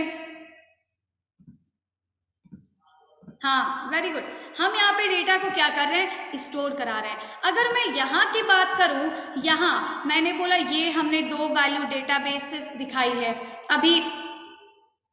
अभी आप अपनी यूजर आईडी से लॉगिन करोगे, यहाँ आपका नाम दिखाने लगेगा, अभी कोई और लॉगिन करेगा उसका नाम दिखाने लगेगा, ये हम डेटाबेस से लेके आए हैं। तो ये क्या हो रहा है, ये डेटा को हम स्टोर कर रहे हैं कि डेटाबेस से डेटा को ले रहे हैं, फेच कर रहे हैं, निकाल रहे हैं, क्या कर रहे हैं, फेच कर रहे हैं या स्टोर करा रहे हैं? हम स्टोर नहीं करा रहे संध्या, हम क्या कर रहे हैं, हम डेटा को फेच कर रहे हैं, डेटा को निकाल रहे हैं, ले रहे हैं, डेटा को क्या कर रहे हैं, डेटाबेस से ले रहे हैं। तो यहाँ पे क्या हो रहा है, यहाँ पे क्या हो रहा है, डेटाबेस को ले रहे हैं। तो इसी तरीके से अब आप बताइएगा हमने क्या किया, आप फिर से बताइएगा, इसी से आपको सब समझ में आ जाएगा।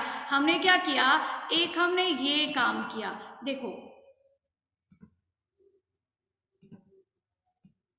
ये किया हमने, ये जिस स्टूडेंट ने लॉगिन किया है ना, ये इनके रिकॉर्ड्स दिख रहे हैं, ये इनके रिकॉर्ड्स दिख रहे हैं। तो आप बताओ, यहाँ पे ये सारा जो डेटा दिख रहा है, यहाँ हम क्या कर रहे हैं? डेटाबेस से वैल्यू ले रहे हैं या कुछ और कर रहे हैं? क्या कर रहे हैं? डेटाबेस से वैल्यू रीड कर रहे हैं, ले रहे हैं, या फिर हम डेटाबेस में वैल्यू स्टोर करा रहे हैं? नहीं भाई, हम स्टोर नहीं करा रहे हैं, हम यहाँ क्या कर रहे हैं? डेटाबेस से वैल्यू रीड कर रहे हैं। डेटाबेस से वैल्यू क्या कर रहे हैं? रीड करके यहाँ दिखा रहे हैं। डेटाबेस से वैल्यू रीड करके यहाँ दिखा रहे हैं। और एक चीज और समझना, एक चीज और समझना, बहुत काम वाली बात। आपको अभी मैंने दिखाया कि हम डेटाबेस को यहाँ से डेटाबेस में स्टोर कर रहे हैं, यहाँ पे डेटा हम डेटाबेस से निकाल के दिखा रहे हैं। और साथ ही साथ अभी मैंने क्या किया, इनका मैंने ईमेल आईडी चेंज कर दिया। हमने लिख दिया वैभव सिंह चौहान, हमने लिख दिया मिस्टर वैभव सिंह चौहान, हमने अपडेट किया। ये क्या हुआ? इस बटन पे क्लिक करने पे आप क्या कर रहे हैं? डेटा पहले से था, आप उसको चेंज कर रहे हैं। डेटा पहले से था, वैभव सिंह चौहान पहले से थे, हम क्या करें? उसी में थोड़ा चेंज कर रहे हैं। ये क्या है? इसको हम मैनिपुलेट करना कहते हैं, इसको हम चेंज करना कहते हैं। जो डेटा डेटाबेस में पहले से है, अगर आप उसमें थोड़ा बहुत चेंज करते हो, कोई नाम बदलते हो, कोई स्पेलिंग सही करते हो, कुछ और कर देते हो, इसको हम मैनिपुलेट करना कहते हैं। तो ये जितने सारे काम डेटाबेस से चेंज हो रहे हैं, जितने सारे काम डेटाबेस से हो रहे हैं, उन सबको डेटाबेस में परफॉर्म करने के लिए आपके पास क्वेरीज हैं। एक स्ट्रक्चर्ड फॉर्म है किसका? एक बात कहने का, एक कमांड लिखने का डेटाबेस में। वही मैंने लिखा कि it provide some predefined manner, किसका? क्वेरीज का, जो क्या करता है? आपको परमिशन देता है डेटा को, नया डेटा क्रिएट करने का और बने बनाए डेटा को मैनिपुलेट करने का, चेंज करने का। कहाँ? किसी डेटाबेस में। समझ आ रहा है? हाँ, एडिट करना, मैनिपुलेट करना, चेंज करना, अपडेट करना, it's all about it's a same thing. ठीक है, समझ आ रहा है ये चीजें?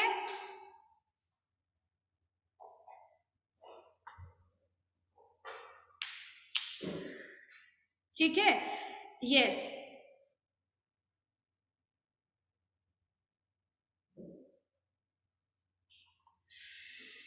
मैम आप मेरा मैसेज देख पा रही हैं? हाँ देख पा रही हूँ। अब बताओ क्या कह रहे हो?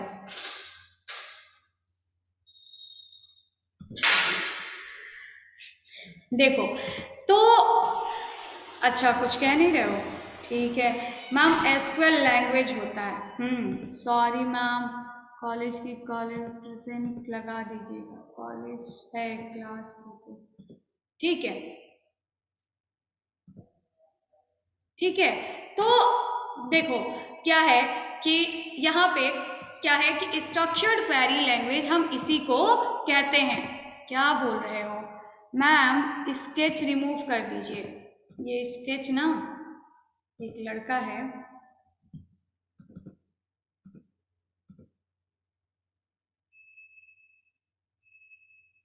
ठीक। अब देखो, अब क्वेरीज क्या होती हैं? क्वेरीज ऑल सम क्वेरीज और commands to fetch a specific part from large amount of data. क्वेरीज क्या करेंगी? क्वेरीज क्या करेंगी? आपको बहुत ज्यादा डेटा में डेटाबेस स्टोर है, आपके डेटा में क्या है? बहुत सारे डेटा जो है क्या है? वो स्टोर है। आप चाहते हो उसमें से कोई छोटा सा पार्ट मैं निकाल लूँ, उसको निकाल के मैं कहीं पे दिखाना है, या उसको निकाल के मुझे उसमें कुछ चेंज करना है, या मुझे उसको डिलीट करना है, या आपके पास बहुत बड़ा रिकॉर्ड है, आप उसमें से कुछ स्पेसिफिक पार्ट, कोई छोटा पार्ट उठाना चाहते हो, आप इसको तुरंत कर पाओगे। किसके हेल्प से? क्वेरीज की हेल्प से। तो हमें क्या पढ़ना है? हमें वही पढ़ना है क्वेरीज, कि कैसे हम उसको लिखते हैं। कुछ बात समझ में आई? अभी तक मैंने जो बताया वो मैंने ये बताया कि फॉर्म को डेटाबेस से लिंक कैसे करते हैं, बताया जाएगा। यही टेक्नोलॉजी है, डेटाबेस अलग जगह पे है, फॉर्म अलग जगह पे है, दोनों को एक साथ जोड़ना है, यही टेक्नोलॉजी है। तो ये बताया जाएगा, पहले ये तो समझ लो डेटाबेस कैसे बनाते हैं, फॉर्म कैसे बनाते हैं, फिर कैसे जोड़ते हैं, ये भी बताया जाएगा। ठीक है, परेशान नहीं होते हैं। ठीक है, देखो तो क्वेरीज हम लोगों ने बताया।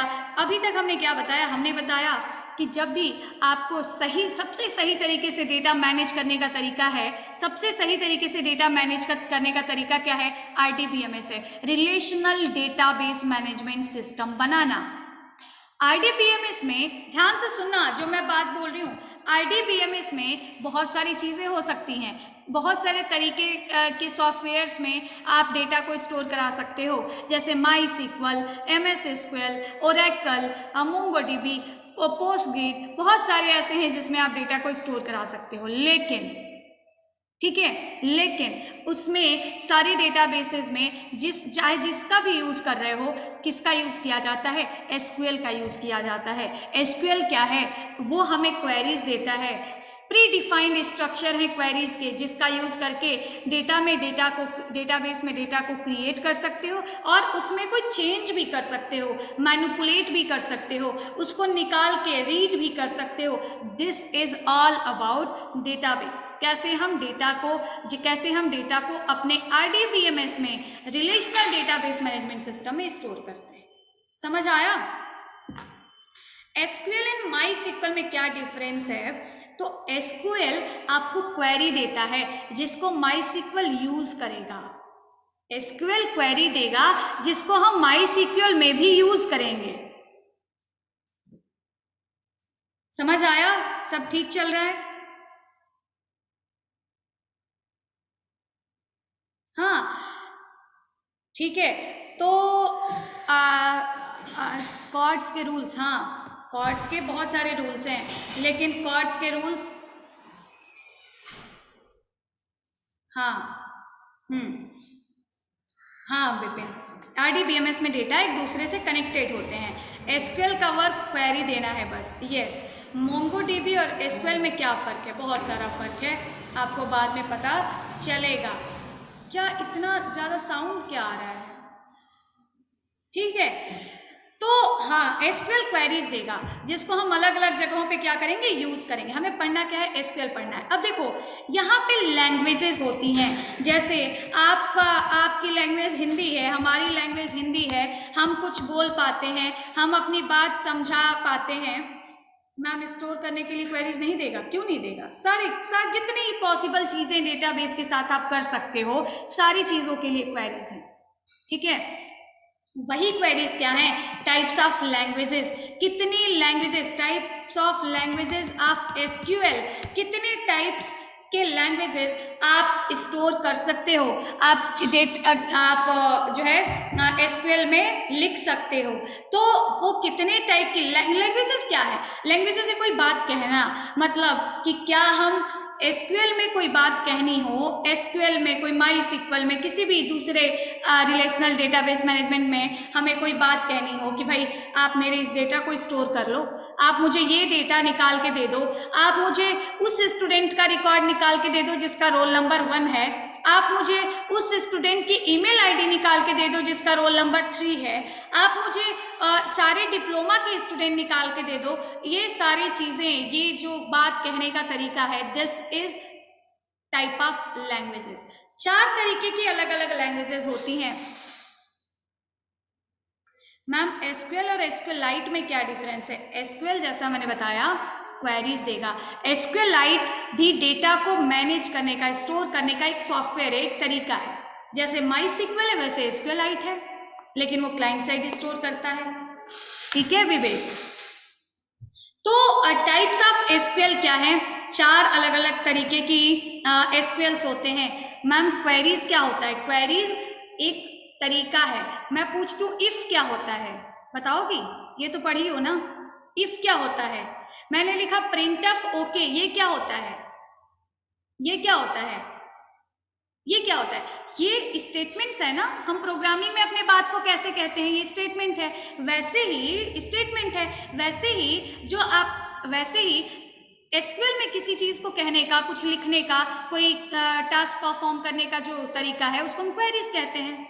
ओके, तो अब देखो टाइप्स ऑफ लैंग्वेजेस कितनी होती है, there is 4 types of languages, जिसमें आप 4 तरीके की अलग अलग बात डेटाबेस को या जो भी डेटाबेस आप यूज कर रहे हो उसको बता सकते हो। What is this is first one is DDL, second one is DML, okay, third one is DCL and last one is TCL, last one is TCL, okay. so what is DDL? it is you okay, इससे पहले मैं आपको एक चीज बता दूं, जब भी हम कोई नया टेबल, ये आप लोग कुछ लिख पढ़ रहे हो, कुछ नोट आउट कर रहे हो, हाँ,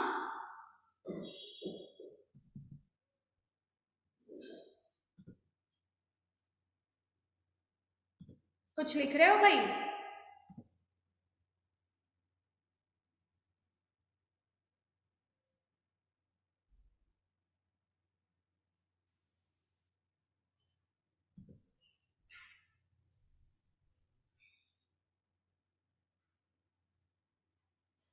आप सेंड कर दीजिएगा, मैं सेंड नहीं करूंगी, तुम लिख सकते हो। तुम क्या कर रहे हो? मैं सेंड कर दूं, मैं पढ़ाऊं भी, लिखूं भी, तुम्हें भेजूं भी? नहीं, तुम क्या करोगे?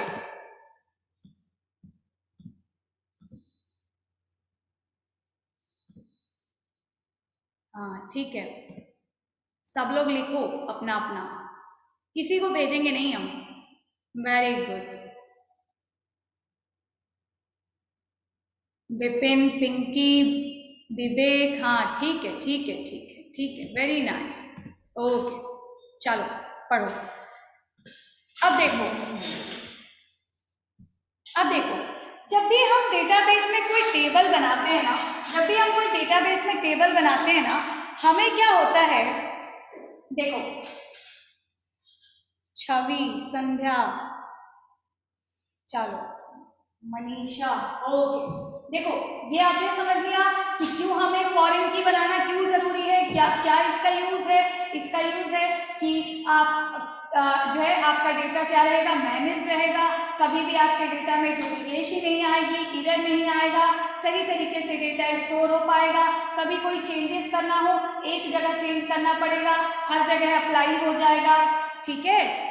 कभी क्या हुआ कि आपके कॉलेज में बीटेक का नाम बदल के जो है, बीटेक का नाम बदल के कुछ और हो गया, बीटेक का नाम बदल के इंजीनियरिंग रख दिया गया, जो है हमारे पीएम साहब ने बोला कि अब आप बीटेक को बीटेक नहीं कहेंगे, इंजीनियरिंग कहेंगे। तो आपको कितने जगह चेंज करने की ज़रूरत है?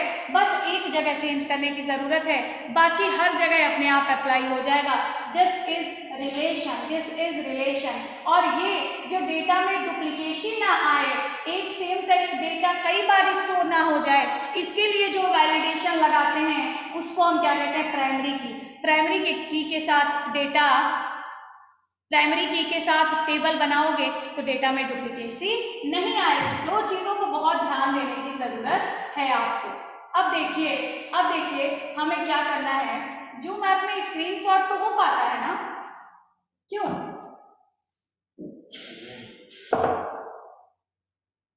जूम ऐप में स्क्रीनशॉट हो पाता है ना कि नहीं हो पाता? हो पाता है। तो ले लिया करो स्क्रीनशॉट। चलो देखो, जब भी हम डेटा, अभी मैंने क्या बताया, डेटाबेस में एक फाइल की तरफ से कॉल बोल रही थी आप क्लास नहीं देखते हैं। देखते क्या? नहीं देखते होगे तो बोल रही होंगी। देखो तो क्या है कि क्या है कि डेटाबेस में, अभी मैंने आप सबको क्या बताया कि डेटाबेस में जितने सारे टेबल्स, जितने सारे रिकॉर्ड्स स्टोर किए जाते हैं, सारे रिकॉर्ड कैसे स्टोर किए जाते हैं? टेबल के फॉर्मेट में। सारे रिकॉर्ड कैसे स्टोर किए जाते हैं? टेबल के फॉर्मेट में। लेकिन वो टेबल, वो एक्सेल वाला टेबल नहीं होता है ना, एक्सेल वाला टेबल नहीं होता। वो टेबल जो होता है वो वेल डिफाइंड टेबल होता है, वो बेहतर तरीके से बनाया गया टेबल होता है, जिससे कि आप कोई भी रिकॉर्ड, कोई भी स्पेसिफिक पार्ट जब चाहें तब बाय यूजिंग क्वेरी निकाल सकते हैं, देख सकते हैं, उस पर कोई टास्क परफॉर्म कर सकते हैं। अब देखो, जब भी हम कोई टेबल बनाते हैं तो आप समझ गए होंगे कि टेबल की इंपॉर्टेंस क्या है। सबसे पहले टेबल बनाएंगे, लेकिन टेबल को भी दो पार्ट में बांटा गया है।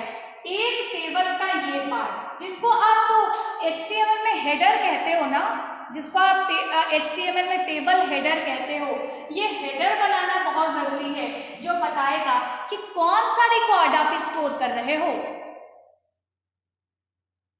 ठीक है, जो बताएगा कौन सा रिकॉर्ड आप स्टोर कर रहे हो। ये जो हेडर है, ये जो पहला रो है, इसको हम क्या कहते हैं? It is known as schema. It is known as schema या structure. It is known as schema और स्ट्रक्चर। मैम क्लास कब तक चलेगा? अभी थोड़ी देर और चलेगा, अभी हुआ ही कितनी देर। ठीक है, तो it is known as schema या आप इसको स्ट्रक्चर भी कह सकते हो। ये क्या करता है? ये बताता है कि इस टेबल में कौन कौन से रिकॉर्ड स्टोर किए गए हैं। तो पहले, सबसे पहले आपको क्या बनाना पड़ता है? टेबल का स्कीमा बनाना पड़ता है। टेबल का क्या बनाना पड़ता है? स्कीमा बनाना पड़ता है, स्ट्रक्चर बनाना पड़ता है। वो स्ट्रक्चर ये बताता है, सबसे पहले आप बनाओ। देखो, ऐसा डेटाबेस, जब आप IDBMS की बात करो तो ऐसा नहीं होगा कि आप रैंडमली डेटा स्टोर किए जा रहे हो।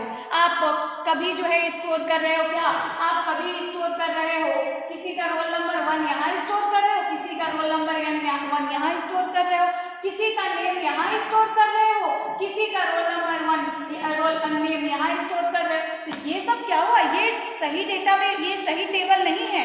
ये क्या है? ये आपका गलत रिकॉर्ड ऐसे स्टोर हो रहा है। तो इसीलिए सबसे पहले आप एक टेबल में कोई रिकॉर्ड स्टोर करो, इससे पहले टेबल का स्कीमा बनाएंगे, स्ट्रक्चर बनाएंगे। स्ट्रक्चर में हमने बता दिया कि देखो भैया, हम इस टेबल में रोल नंबर स्टोर करेंगे। पहला जो कॉलम होगा उसमें रोल नंबर स्टोर करेंगे, दूसरे वाले में हम नेम स्टोर करेंगे, तीसरे वाले में हम जो है स्टूडेंट का एड्रेस स्टोर करेंगे, चौथे वाले में हम स्टूडेंट का जेंडर स्टोर करेंगे। अब ये क्या होगा? ये कहेगा कि भाई देखिए, अब आप इस टेबल में बस 4 ही रिकॉर्ड इंसर्ट कर पाएंगे, रोल नंबर, नेम, एड्रेस और जेंडर। अब जितने सारे रिकॉर्ड नीचे स्टोर होते जाएंगे, जितने सारे record, it is schema and it is records. Schema को छोड़ के बाकी जितने वैल्यूज इंसर्ट हुए सब क्या है? रिकॉर्ड्स हैं। तो ये क्या है कि रोल पहले, सबसे पहले क्या बनाया जाता है? स्कीमा, फिर दूसरा क्या बनाया जाता है? रिकॉर्ड्स। समझ आया? दूसरा क्या बनाया जाता है? रिकॉर्ड्स। तो इस तरीके से हर एक टेबल को पहले 2 पार्ट में बनाया जाता है। क्या बनाया जाता है? पहले स्कीमा बनाई जाती है, फिर उसमें एक एक करके रिकॉर्ड्स को स्टोर आप करा सकते हैं। समझे? अब देखो कि ये DDL, DML और ये जो क्वेरीज हैं,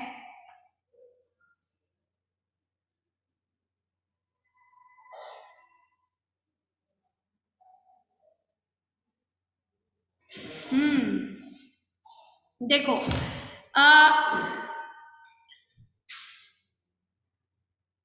अब नहीं पढ़ा है।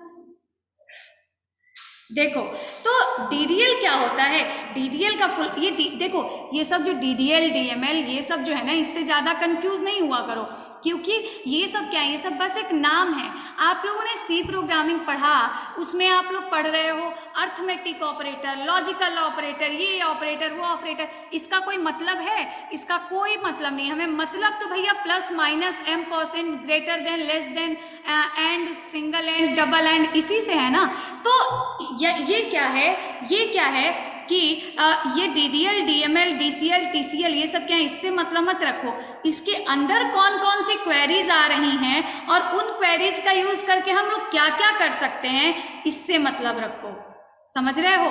तो DDL जो होता है वो क्या करता है? उसका फुल फॉर्म होता है data definition language. Data definition language. और देखो, डेटा डिफिनीशन लैंग्वेज होता क्या है? डेटा डिफिनीशन लैंग्वेज होता क्या है? डेटा डिफिनीशन लैंग्वेज, या जिसको आप शॉर्टकट में DDL भी कह सकते हो, is used to apply queries या apply queries on table schema, जितने भी it provides some query, it provides some commands, या जिसको आप queries भी कह सकते हो, it provides some command या queries that is applies on database on table schema। इसका मतलब है, अब देखो आपको क्या क्या लगता है कि टेबल के स्कीमा, अब स्कीमा का मतलब तो समझ गए हो ना, स्कीमा का मतलब जो पहला वाला स्ट्रक्चर बनाएंगे वो स्कीमा कहलाता है। तो आपको क्या लगता है स्कीमा में क्या क्या चीज़ें हो सकती हैं? हो सकता है कि मैंने स्कीमा बनाया, हो सकता है मैंने स्कीमा हटाया, हो सकता है मैंने बनी बनाई स्कीमा में कोई चेंज किया, ऐसी कुछ चीज़ें हो सकती हैं।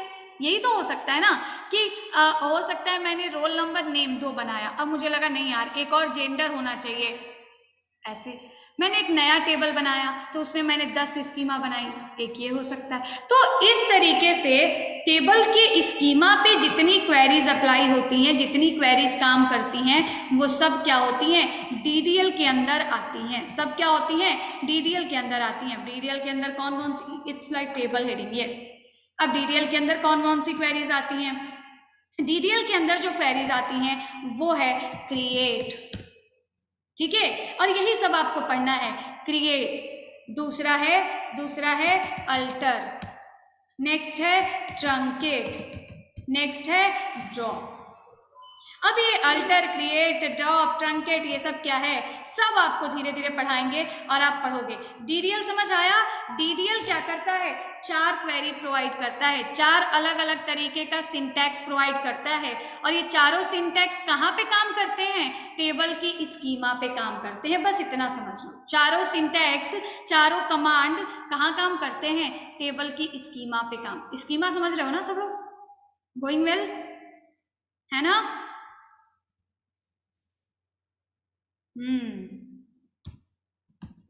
अब देखो नेक्स्ट आता है DML।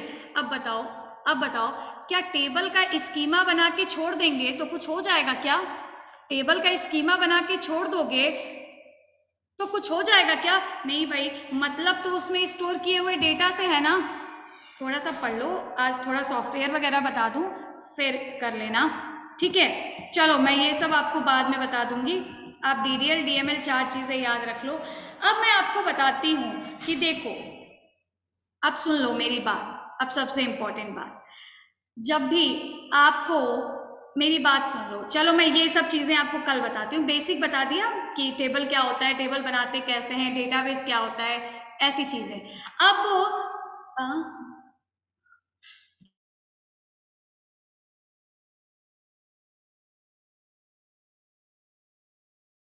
अब देखो, रुक जाओ, बैटरी डिस्चार्ज हो गई।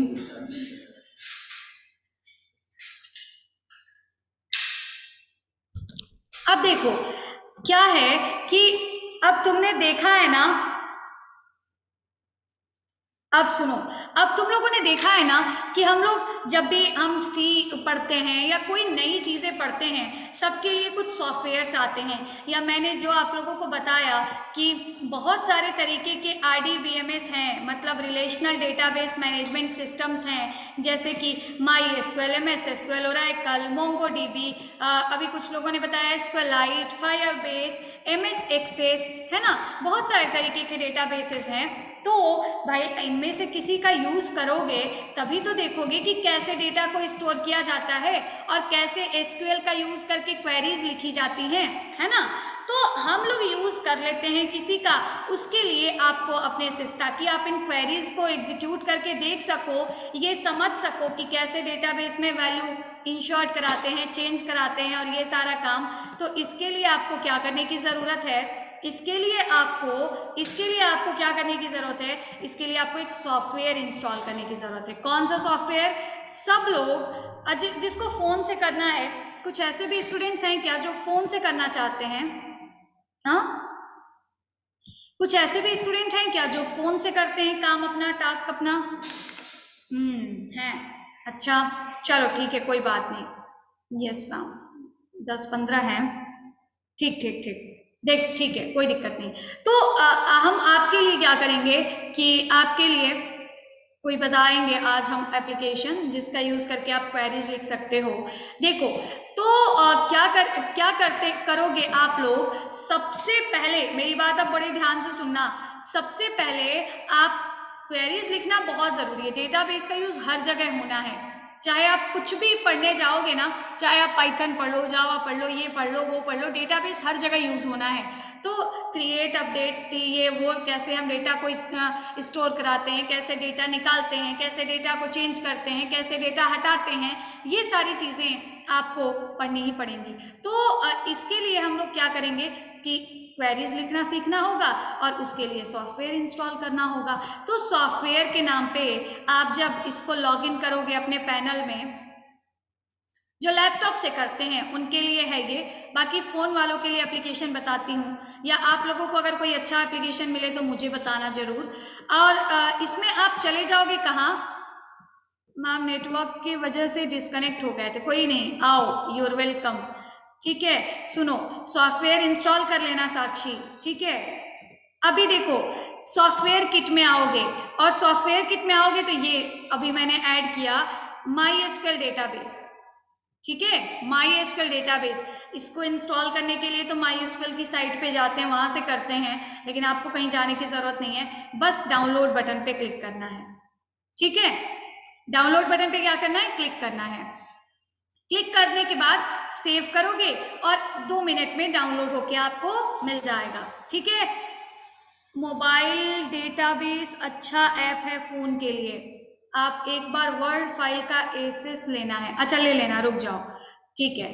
तो देखो, सबसे पहले क्या करोगे, ये MySQL डेटाबेस को इंस्टॉल कर लेना। देखो, बहुत सारे तरीके के डेटाबेसेस हैं, जैसे ओरेकल है, MS एक्सेस है, ये है, MS SQL है, बहुत सारे हैं, लेकिन इनमें से सबसे आसान तरीके से MySQL पे काम करोगे। और क्योंकि सारे के सारे डेटाबेसेस SQL की क्वेरी का यूज़ करते हैं, तो इसके लिए आपको ज़्यादा टफ, किसी में ज़्यादा चेंजेस नहीं मिलेगा।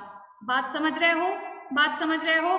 तो हाँ, वैम्प सर्वर से भी हो जाएगा। इस पे हम लोग कंसोल पे कमांड लिखेंगे। तो क्या करेंगे कि वैम्प सर्वर से भी हो जाएगा, लेकिन दिक्कत ना उसको इंस्टॉल करने में आती है। अभी हम लोग क्या करेंगे, देखो, आजकल ना बहुत सारे सॉफ्टवेयर्स मिल जाते हैं जिसमें आपको टेबल बन रहा है, बिगड़ रहा है, हट रहा है, डेटा स्टोर हो रहा है, सब दिखेगा, जो बिल्कुल ग्राफिक्स बेस्ड हैं। मेरी बात सुनना ध्यान से, जो बिल्कुल क्या है, ग्राफिक्स बेस्ड हैं। लेकिन ग्राफिक्स बेस्ड सॉफ्टवेयर का जब यूज़ करोगे तो क्या होगा ना कि आप ज़्यादातर चीज़ें उसके ग्राफिक का यूज़ करके ही कर लोगे। मतलब कि आप इंसर्ट करने के लिए आपने क्या किया, आपने तुरंत ही जो बना बनाया टेक्स्ट बॉक्स दिया है, आपने वहाँ वैल्यू डाली, आपने बटन पे क्लिक किया, टेबल बन गया। तो आपको क्वेरीज का सिंटैक्स सही तरीके से याद नहीं हो पाएगा। तो अगर हम कमांड बेस्ड काम करते हैं तो कमांड पे कोई चीज़ दिखनी तो है नहीं, है ना। सारा काम करने के लिए आपको कमांड लिखना पड़ेगा। कमांड का मतलब ये जो CMD कमांड प्रॉम्प्ट आता है इस पे, तो अगर हम इस पे काम करते हैं तो हमें सारी चीज़ें याद रहती हैं। यहाँ सब कुछ करने के लिए आपको क्या करना पड़ेगा, कमांड लिखना पड़ेगा, क्वेरीज लिखनी पड़ेंगी, तो आपको चीज़ें याद रहेंगी। वैसे वैम्प पे भी कर सकते हो, कोई दिक्कत है, ठीक। और उस पर बहुत ईजी हो जाएंगी चीज़ें, तो इस वजह से आप उतनी अच्छे तरीके से सीख नहीं पाओगे। तो आप लोग क्या करोगे, इसको इंस्टॉल करोगे। जैसे ही इंस्टॉल करोगे, अब इंस्टॉल करने का प्रोसेस देख लो, एक बार वीडियो अपलोड कर दूंगी, उसको रिवाइज करना और इंस्टॉल कर लेना। इंस्टॉल करने के लिए आप क्या करोगे, ये सॉफ्टवेयर ऐसा डाउनलोड होके आएगा, इस पर 2 बार क्लिक करोगे, ये पूछेगा ऑप्शन, यस पे क्लिक कर दोगे। देख रहे हो सब लोग, समझ रहे हो, कोई दिक्कत तो नहीं है? बताओ, सब लोग देख रहे हो ना, समझ रहे हो ना, सॉफ्टवेयर इंस्टॉल करना देख रहे हो, कोई दिक्कत स्टूडेंट्स? अच्छा, रुक जाओ रुक जाओ, बताओ, सब लोग देख रहे हो आलोक के?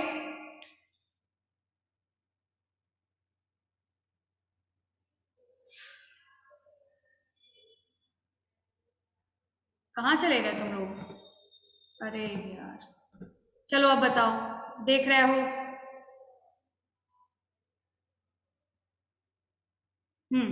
ठीक है। ओके, लुक, अब क्या करेंगे कि माई एसक्यूएल को अपने लैपटॉप में इंस्टॉल कर लेंगे ताकि थोड़ा सा हमें एक सिस्टम मिल जाए जहाँ क्वेरीज लिख सकें, अपना काम कर सकें, टेबल देख सकें, और थोड़ा सा उसको हम लोग कोशिश, मैं लैपटॉप के लिए सॉफ्टवेयर बता रही हूँ, हाँ फ़ोन के लिए बताऊंगी, परेशान ना हो, फ़ोन के लिए बताऊंगी, अभी मैं कोशिश करूंगी, आप में से किसी को मिले आप लोग बताइएगा। अब देखो क्या करेंगे कि ये यहाँ पे ना, ये मैंने कैसे किया, आप लोगों ने देखा, कुछ नहीं किया, बस यस यस करना था, अपने आप ये विंडो, पहली विंडो ये ओपन होके आएगी। देखो, एक कई तरीके से आप इसमें सेटअप, माई एसक्यूएल का सेटअप इंस्टॉल कर सकते हो। ये डेवलपर डिफ़ॉल्ट है, सर्वर ओनली है, क्लाइंट ओनली है, फुल है, ये सब आप करोगे तो बड़ा टाइम लेगा और बहुत लेट से इंस्टॉल होगा। जब इंस्टॉल करो तो थोड़ा नेट कनेक्शन रखो अपने लैपटॉप में, और हम लोग आ जाएंगे कस्टम पे, क्योंकि हमें सारी चीज़ें नहीं चाहिए, सब कुछ करोगे तो बड़ा हैवी हो जाएगा, बड़े लेट तक इंस्टॉल होगा। तो क्या करेंगे कि वन ना लिखो, रुक जाओ, थोड़ा सा देख लो। तो हम आ जाएंगे किस पे, कस्टम पे, हम आ जाएंगे किस पे, कस्टम पे, कस्टम पे आ जाएंगे, किस पे आ जाएंगे, कस्टम पे आ जाएंगे, ठीक है। ये चेंज करना है। पहले डेवलपर डिफॉल्ट था, तो देखो डेवलपर डिफॉल्ट में बड़ी चीज़ें ये इंस्टॉल होती हैं, सब कुछ इंस्टॉल होता है, my SQL workbench, connector, visual studio के लिए राउटर, बहुत सारी चीज़ें इंस्टॉल होती हैं, बड़ा टाइम लेगा। हम आ जाएंगे कस्टम पे, और कस्टम पे क्लिक करने के बाद नेक्स्ट करेंगे। अब यहाँ से पूछेगा आपसे कि क्या क्या इंस्टॉल करना चाहते हो, बताओ, ठीक। मैम फास्ट बताइए, फोन ऑफ होने वाला। अच्छा चलो बताती हूँ। तो क्या करोगे कि यहाँ पे कुछ चीजें इंस्टॉल करोगे, कौन कौन सी, जो मैं बताती हूँ वो। माई एसक्यूएल सर्वर के आगे प्लस बना हुआ है, प्लस, इसको ओपन करोगे, इसके नीचे बड़ा बहुत सारे फाइल्स आएंगी। पहला तो माई एसक्यूएल सर्वर इंस्टॉल करना है ताकि हमें क्वेरीज लिखने का ऑप्शन मिल जाए। माई एसक्यूएल सर्वर को के आगे प्लस बना हुआ है, क्लिक करके इसको एक्सपैंड करोगे, ओपन करोगे, और फिर इसके अंदर एक सब फोल्डर आएगा, इसको भी एक्सपैंड करोगे। इसके अंदर देखो, ये सारे हमें इंस्टॉल करना है एक माई एसक्यूएल सर्वर, मेरी बात ध्यान से सुनना।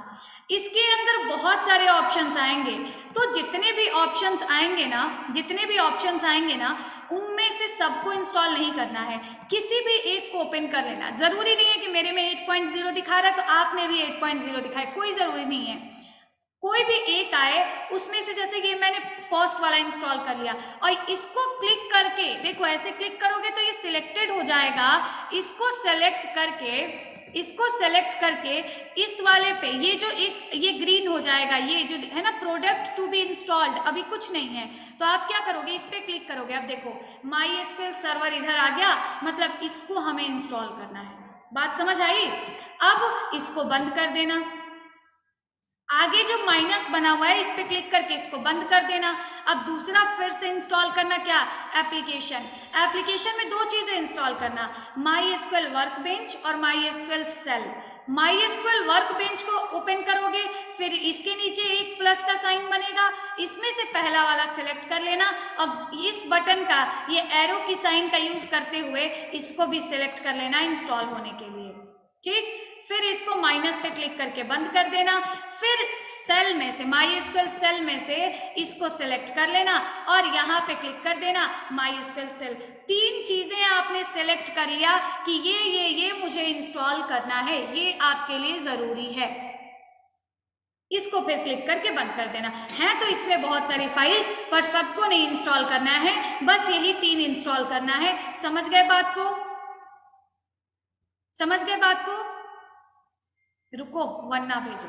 समझ गए कैसे सिलेक्ट करोगे, कैसे सिलेक्ट करोगे, समझ गए, ऐसे सिलेक्ट करोगे, हाँ वेरी गुड, ऐसे सिलेक्ट करोगे, कैसे, माई एसक्यूएल सर्वर पे क्लिक करोगे, फिर और उसको ओपन करने के लिए आगे वाले प्लस साइन पे क्लिक करोगे, फिर इसको ओपन करोगे, और ये जो पहला ऑप्शन आएगा उसको सिलेक्ट करके ये एरो ग्रीन हो जाएगी, इस पे क्लिक कर देना, इधर साइड में आ जाएगा। अब देखो, अब बस जब ये तीन इधर आ जाए, फिर से बता रही हूँ, जब 3 ये इधर आ जाए तब क्लिक करोगे नेक्स्ट पे, और बस अब एग्जीक्यूट कर दो और एग्जीक्यूट थोड़ी देर में हो जाएगा।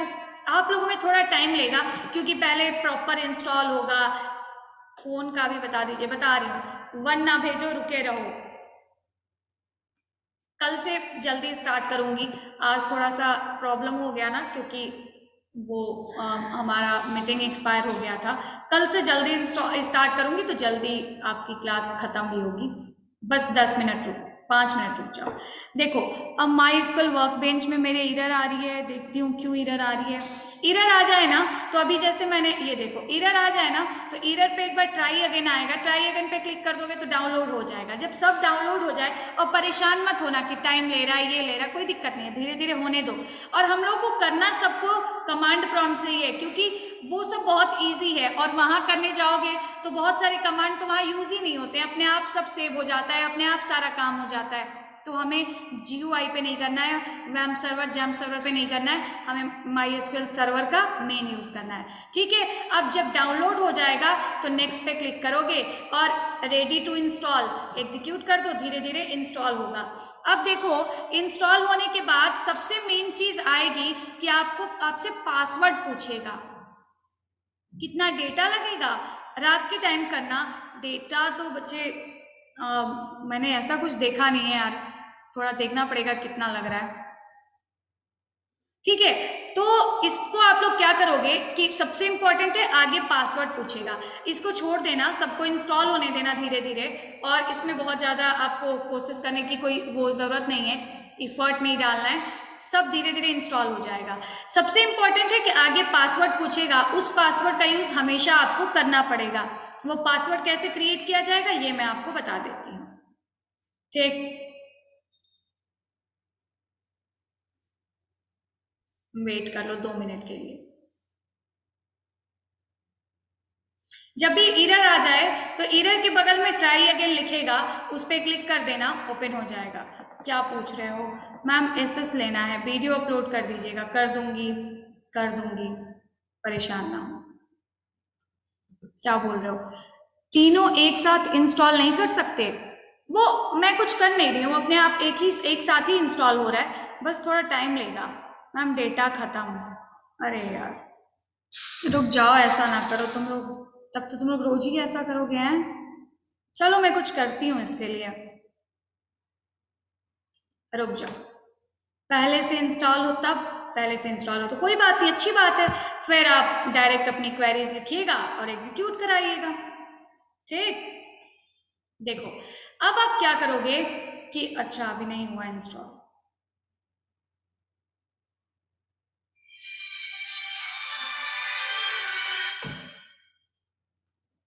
चलो इसको इंस्टॉल होने दो, अभी लास्ट वाला इंस्टॉल हो रहा है, ये 2 मिनट का समय लेगा ये भी। देखो, तो जैसा मैंने आपको बताया कि आपको क्या करना है, अभी ये जो भी मैं बताऊंगी डेटाबेस, अब आज से तो नहीं क्योंकि आज मैंने कुछ बताया नहीं, आज का आपका टास्क यही रहेगा कि आप सब लोग जो है अपना सॉफ्टवेयर प्रॉपर इंस्टॉल कर लीजिए। कल से मैं आप सबको डेटाबेस का टास्क भी दूंगी, और डेटाबेस का टास्क तो देंगे ही देंगे, संडे को डेटाबेस का टेस्ट भी होगा, जिसमें आपको प्रॉपर क्वेरीज लिखनी होंगी, प्रॉपर सारी चीज़ें करनी होंगी, तो उसके लिए आप तैयार रहेंगे और टेस्ट में अच्छा परफॉर्म करेंगे। ठीक है, ठीक है, तो जैसा मैंने बताया, सबको आज क्या करना है कि सॉफ्टवेयर सबको इंस्टॉल अपने अपने लैपटॉप में कर लेना है। फ़ोन के लिए मैं कोशिश करती हूँ, सॉफ्टवेयर आपको बताऊँ, बस 2 मिनट इंतजार करिए।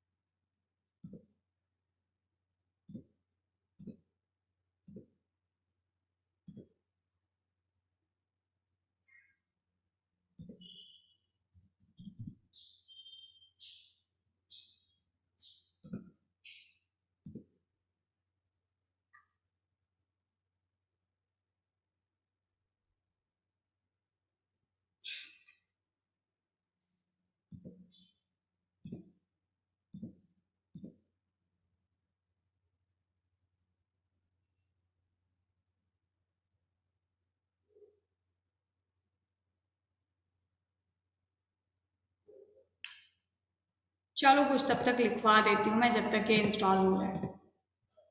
कम हो गया? अच्छा चलो कोई बात नहीं, कल ही लिख पाएंगे। इंतज़ार करो जब तक ये इंस्टॉल नहीं होता। 2 मिनट रुको, फिर उसके बाद तुम लोग जाना।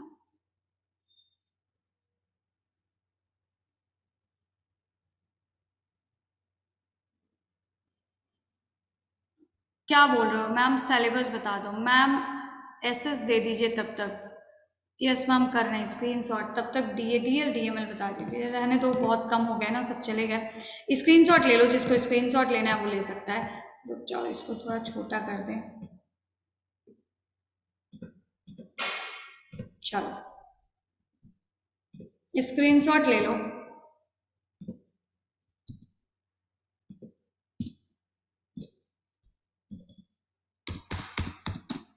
देखो यहाँ तक ले लो। फर्स्ट स्क्रीनशॉट ले लो।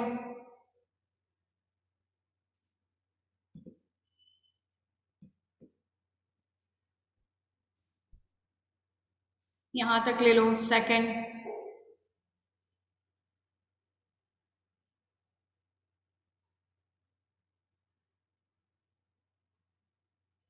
जल्दी लेना, ये ले लो तुम लोग।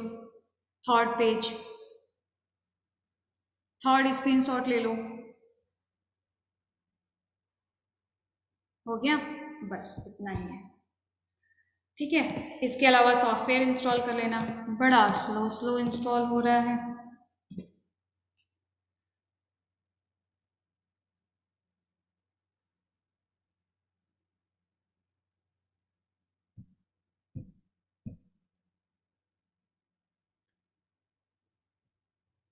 ये बताना ज़रूरी है अदरवाइज। अच्छा जिसको चलो लेफ्ट होना वो लेफ्ट हो सकता है, बाकी वीडियो देख लेना, वीडियो अपलोड कर दूंगी मैं इसी में, वो इंस्टॉल करती हूँ, ठीक है। जिसको लेफ्ट होना हो वो लेफ्ट हो सकता है। मैम डेटा कितना लगेगा यार? बहुत ज़्यादा डेटा नहीं लगेगा, 100 MB का डेटा लगेगा।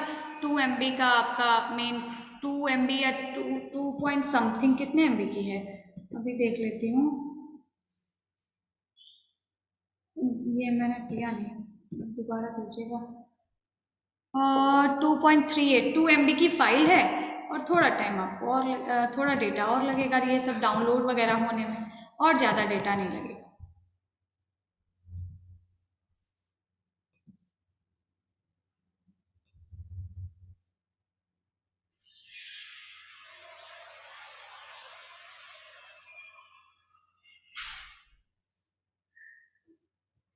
अब देखो मेरे में भी इतना टाइम ले रहा है, तो आप लोग परेशान मत होइएगा, थोड़ा सा टाइम ले सकता है, धीरे धीरे हो जाएगा।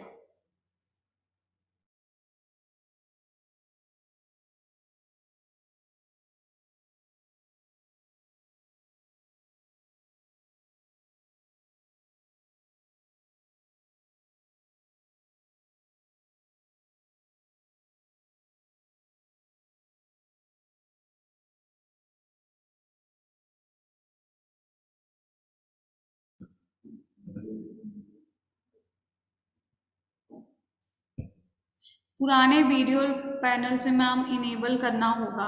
क्या इनेबल करना होगा? बाय मैम डेटा फिनिश, ठीक है जा सकते हो मैम। प्लीज़ एसएस दे दीजिए, एसएस तो दे चुके यार। चलो फाइल भेज दूंगी ग्रुप में। डीडीएल में ट्रंकेट होता है, हाँ ट्रंकेट डीडीएल में होता है। सी की क्लास कब तक चलेगी? चलेगी अभी थोड़ा, चलो शायद हो गया, देखते हैं हम लोग। तो ये देखो इंस्टॉल हो गया।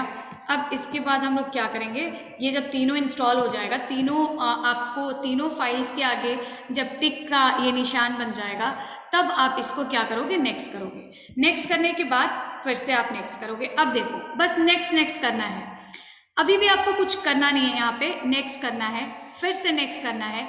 अब यहाँ आपको एक पासवर्ड इनपुट करना होगा। अकाउंट एंड रोल्स में जब आओगे तो यहाँ आपको एक पासवर्ड इनपुट करना होगा, और ये पासवर्ड जो भी आप इनपुट करोगे आप इसको याद रखोगे, क्योंकि आगे हर जगह आप जब भी MySQL को ओपन करोगे या कुछ उस पर क्वेरी लिखना चाहोगे, हर जगह आप इस पासवर्ड को यूज़ करोगे। हमने एक इसका पासवर्ड बना दिया। फिर सेम पासवर्ड यहाँ भी इनपुट करोगे और ये पासवर्ड याद भी रखोगे। ये पासवर्ड हमने बना दिया। स्ट्रेंथ देख लेना, थोड़ा सही से बनाना।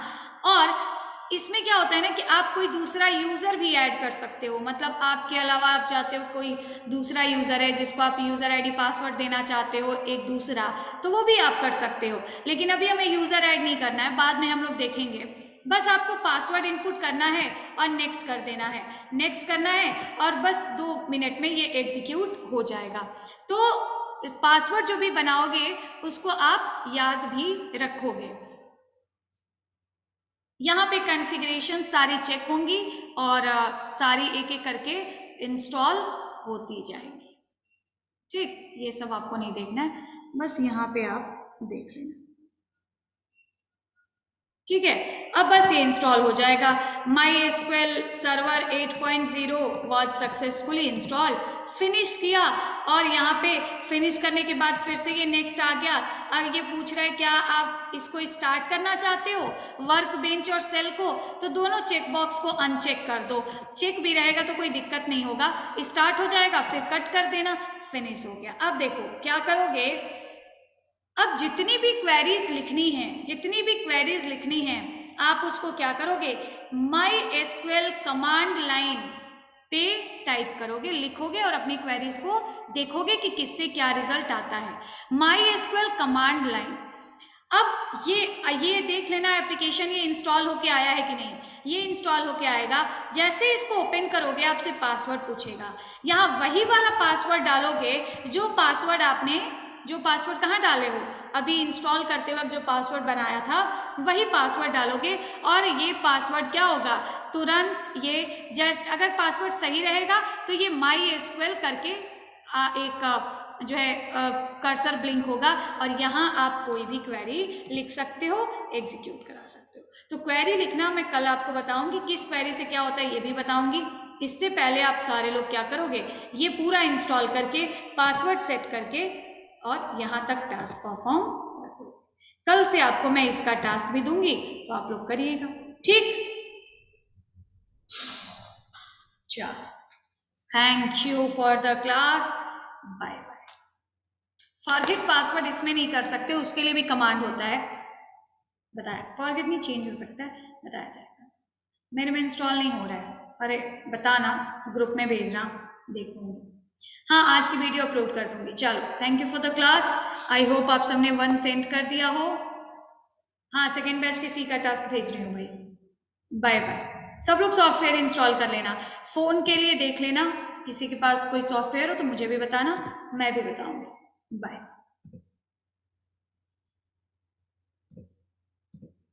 कट कर रही हूँ मैं।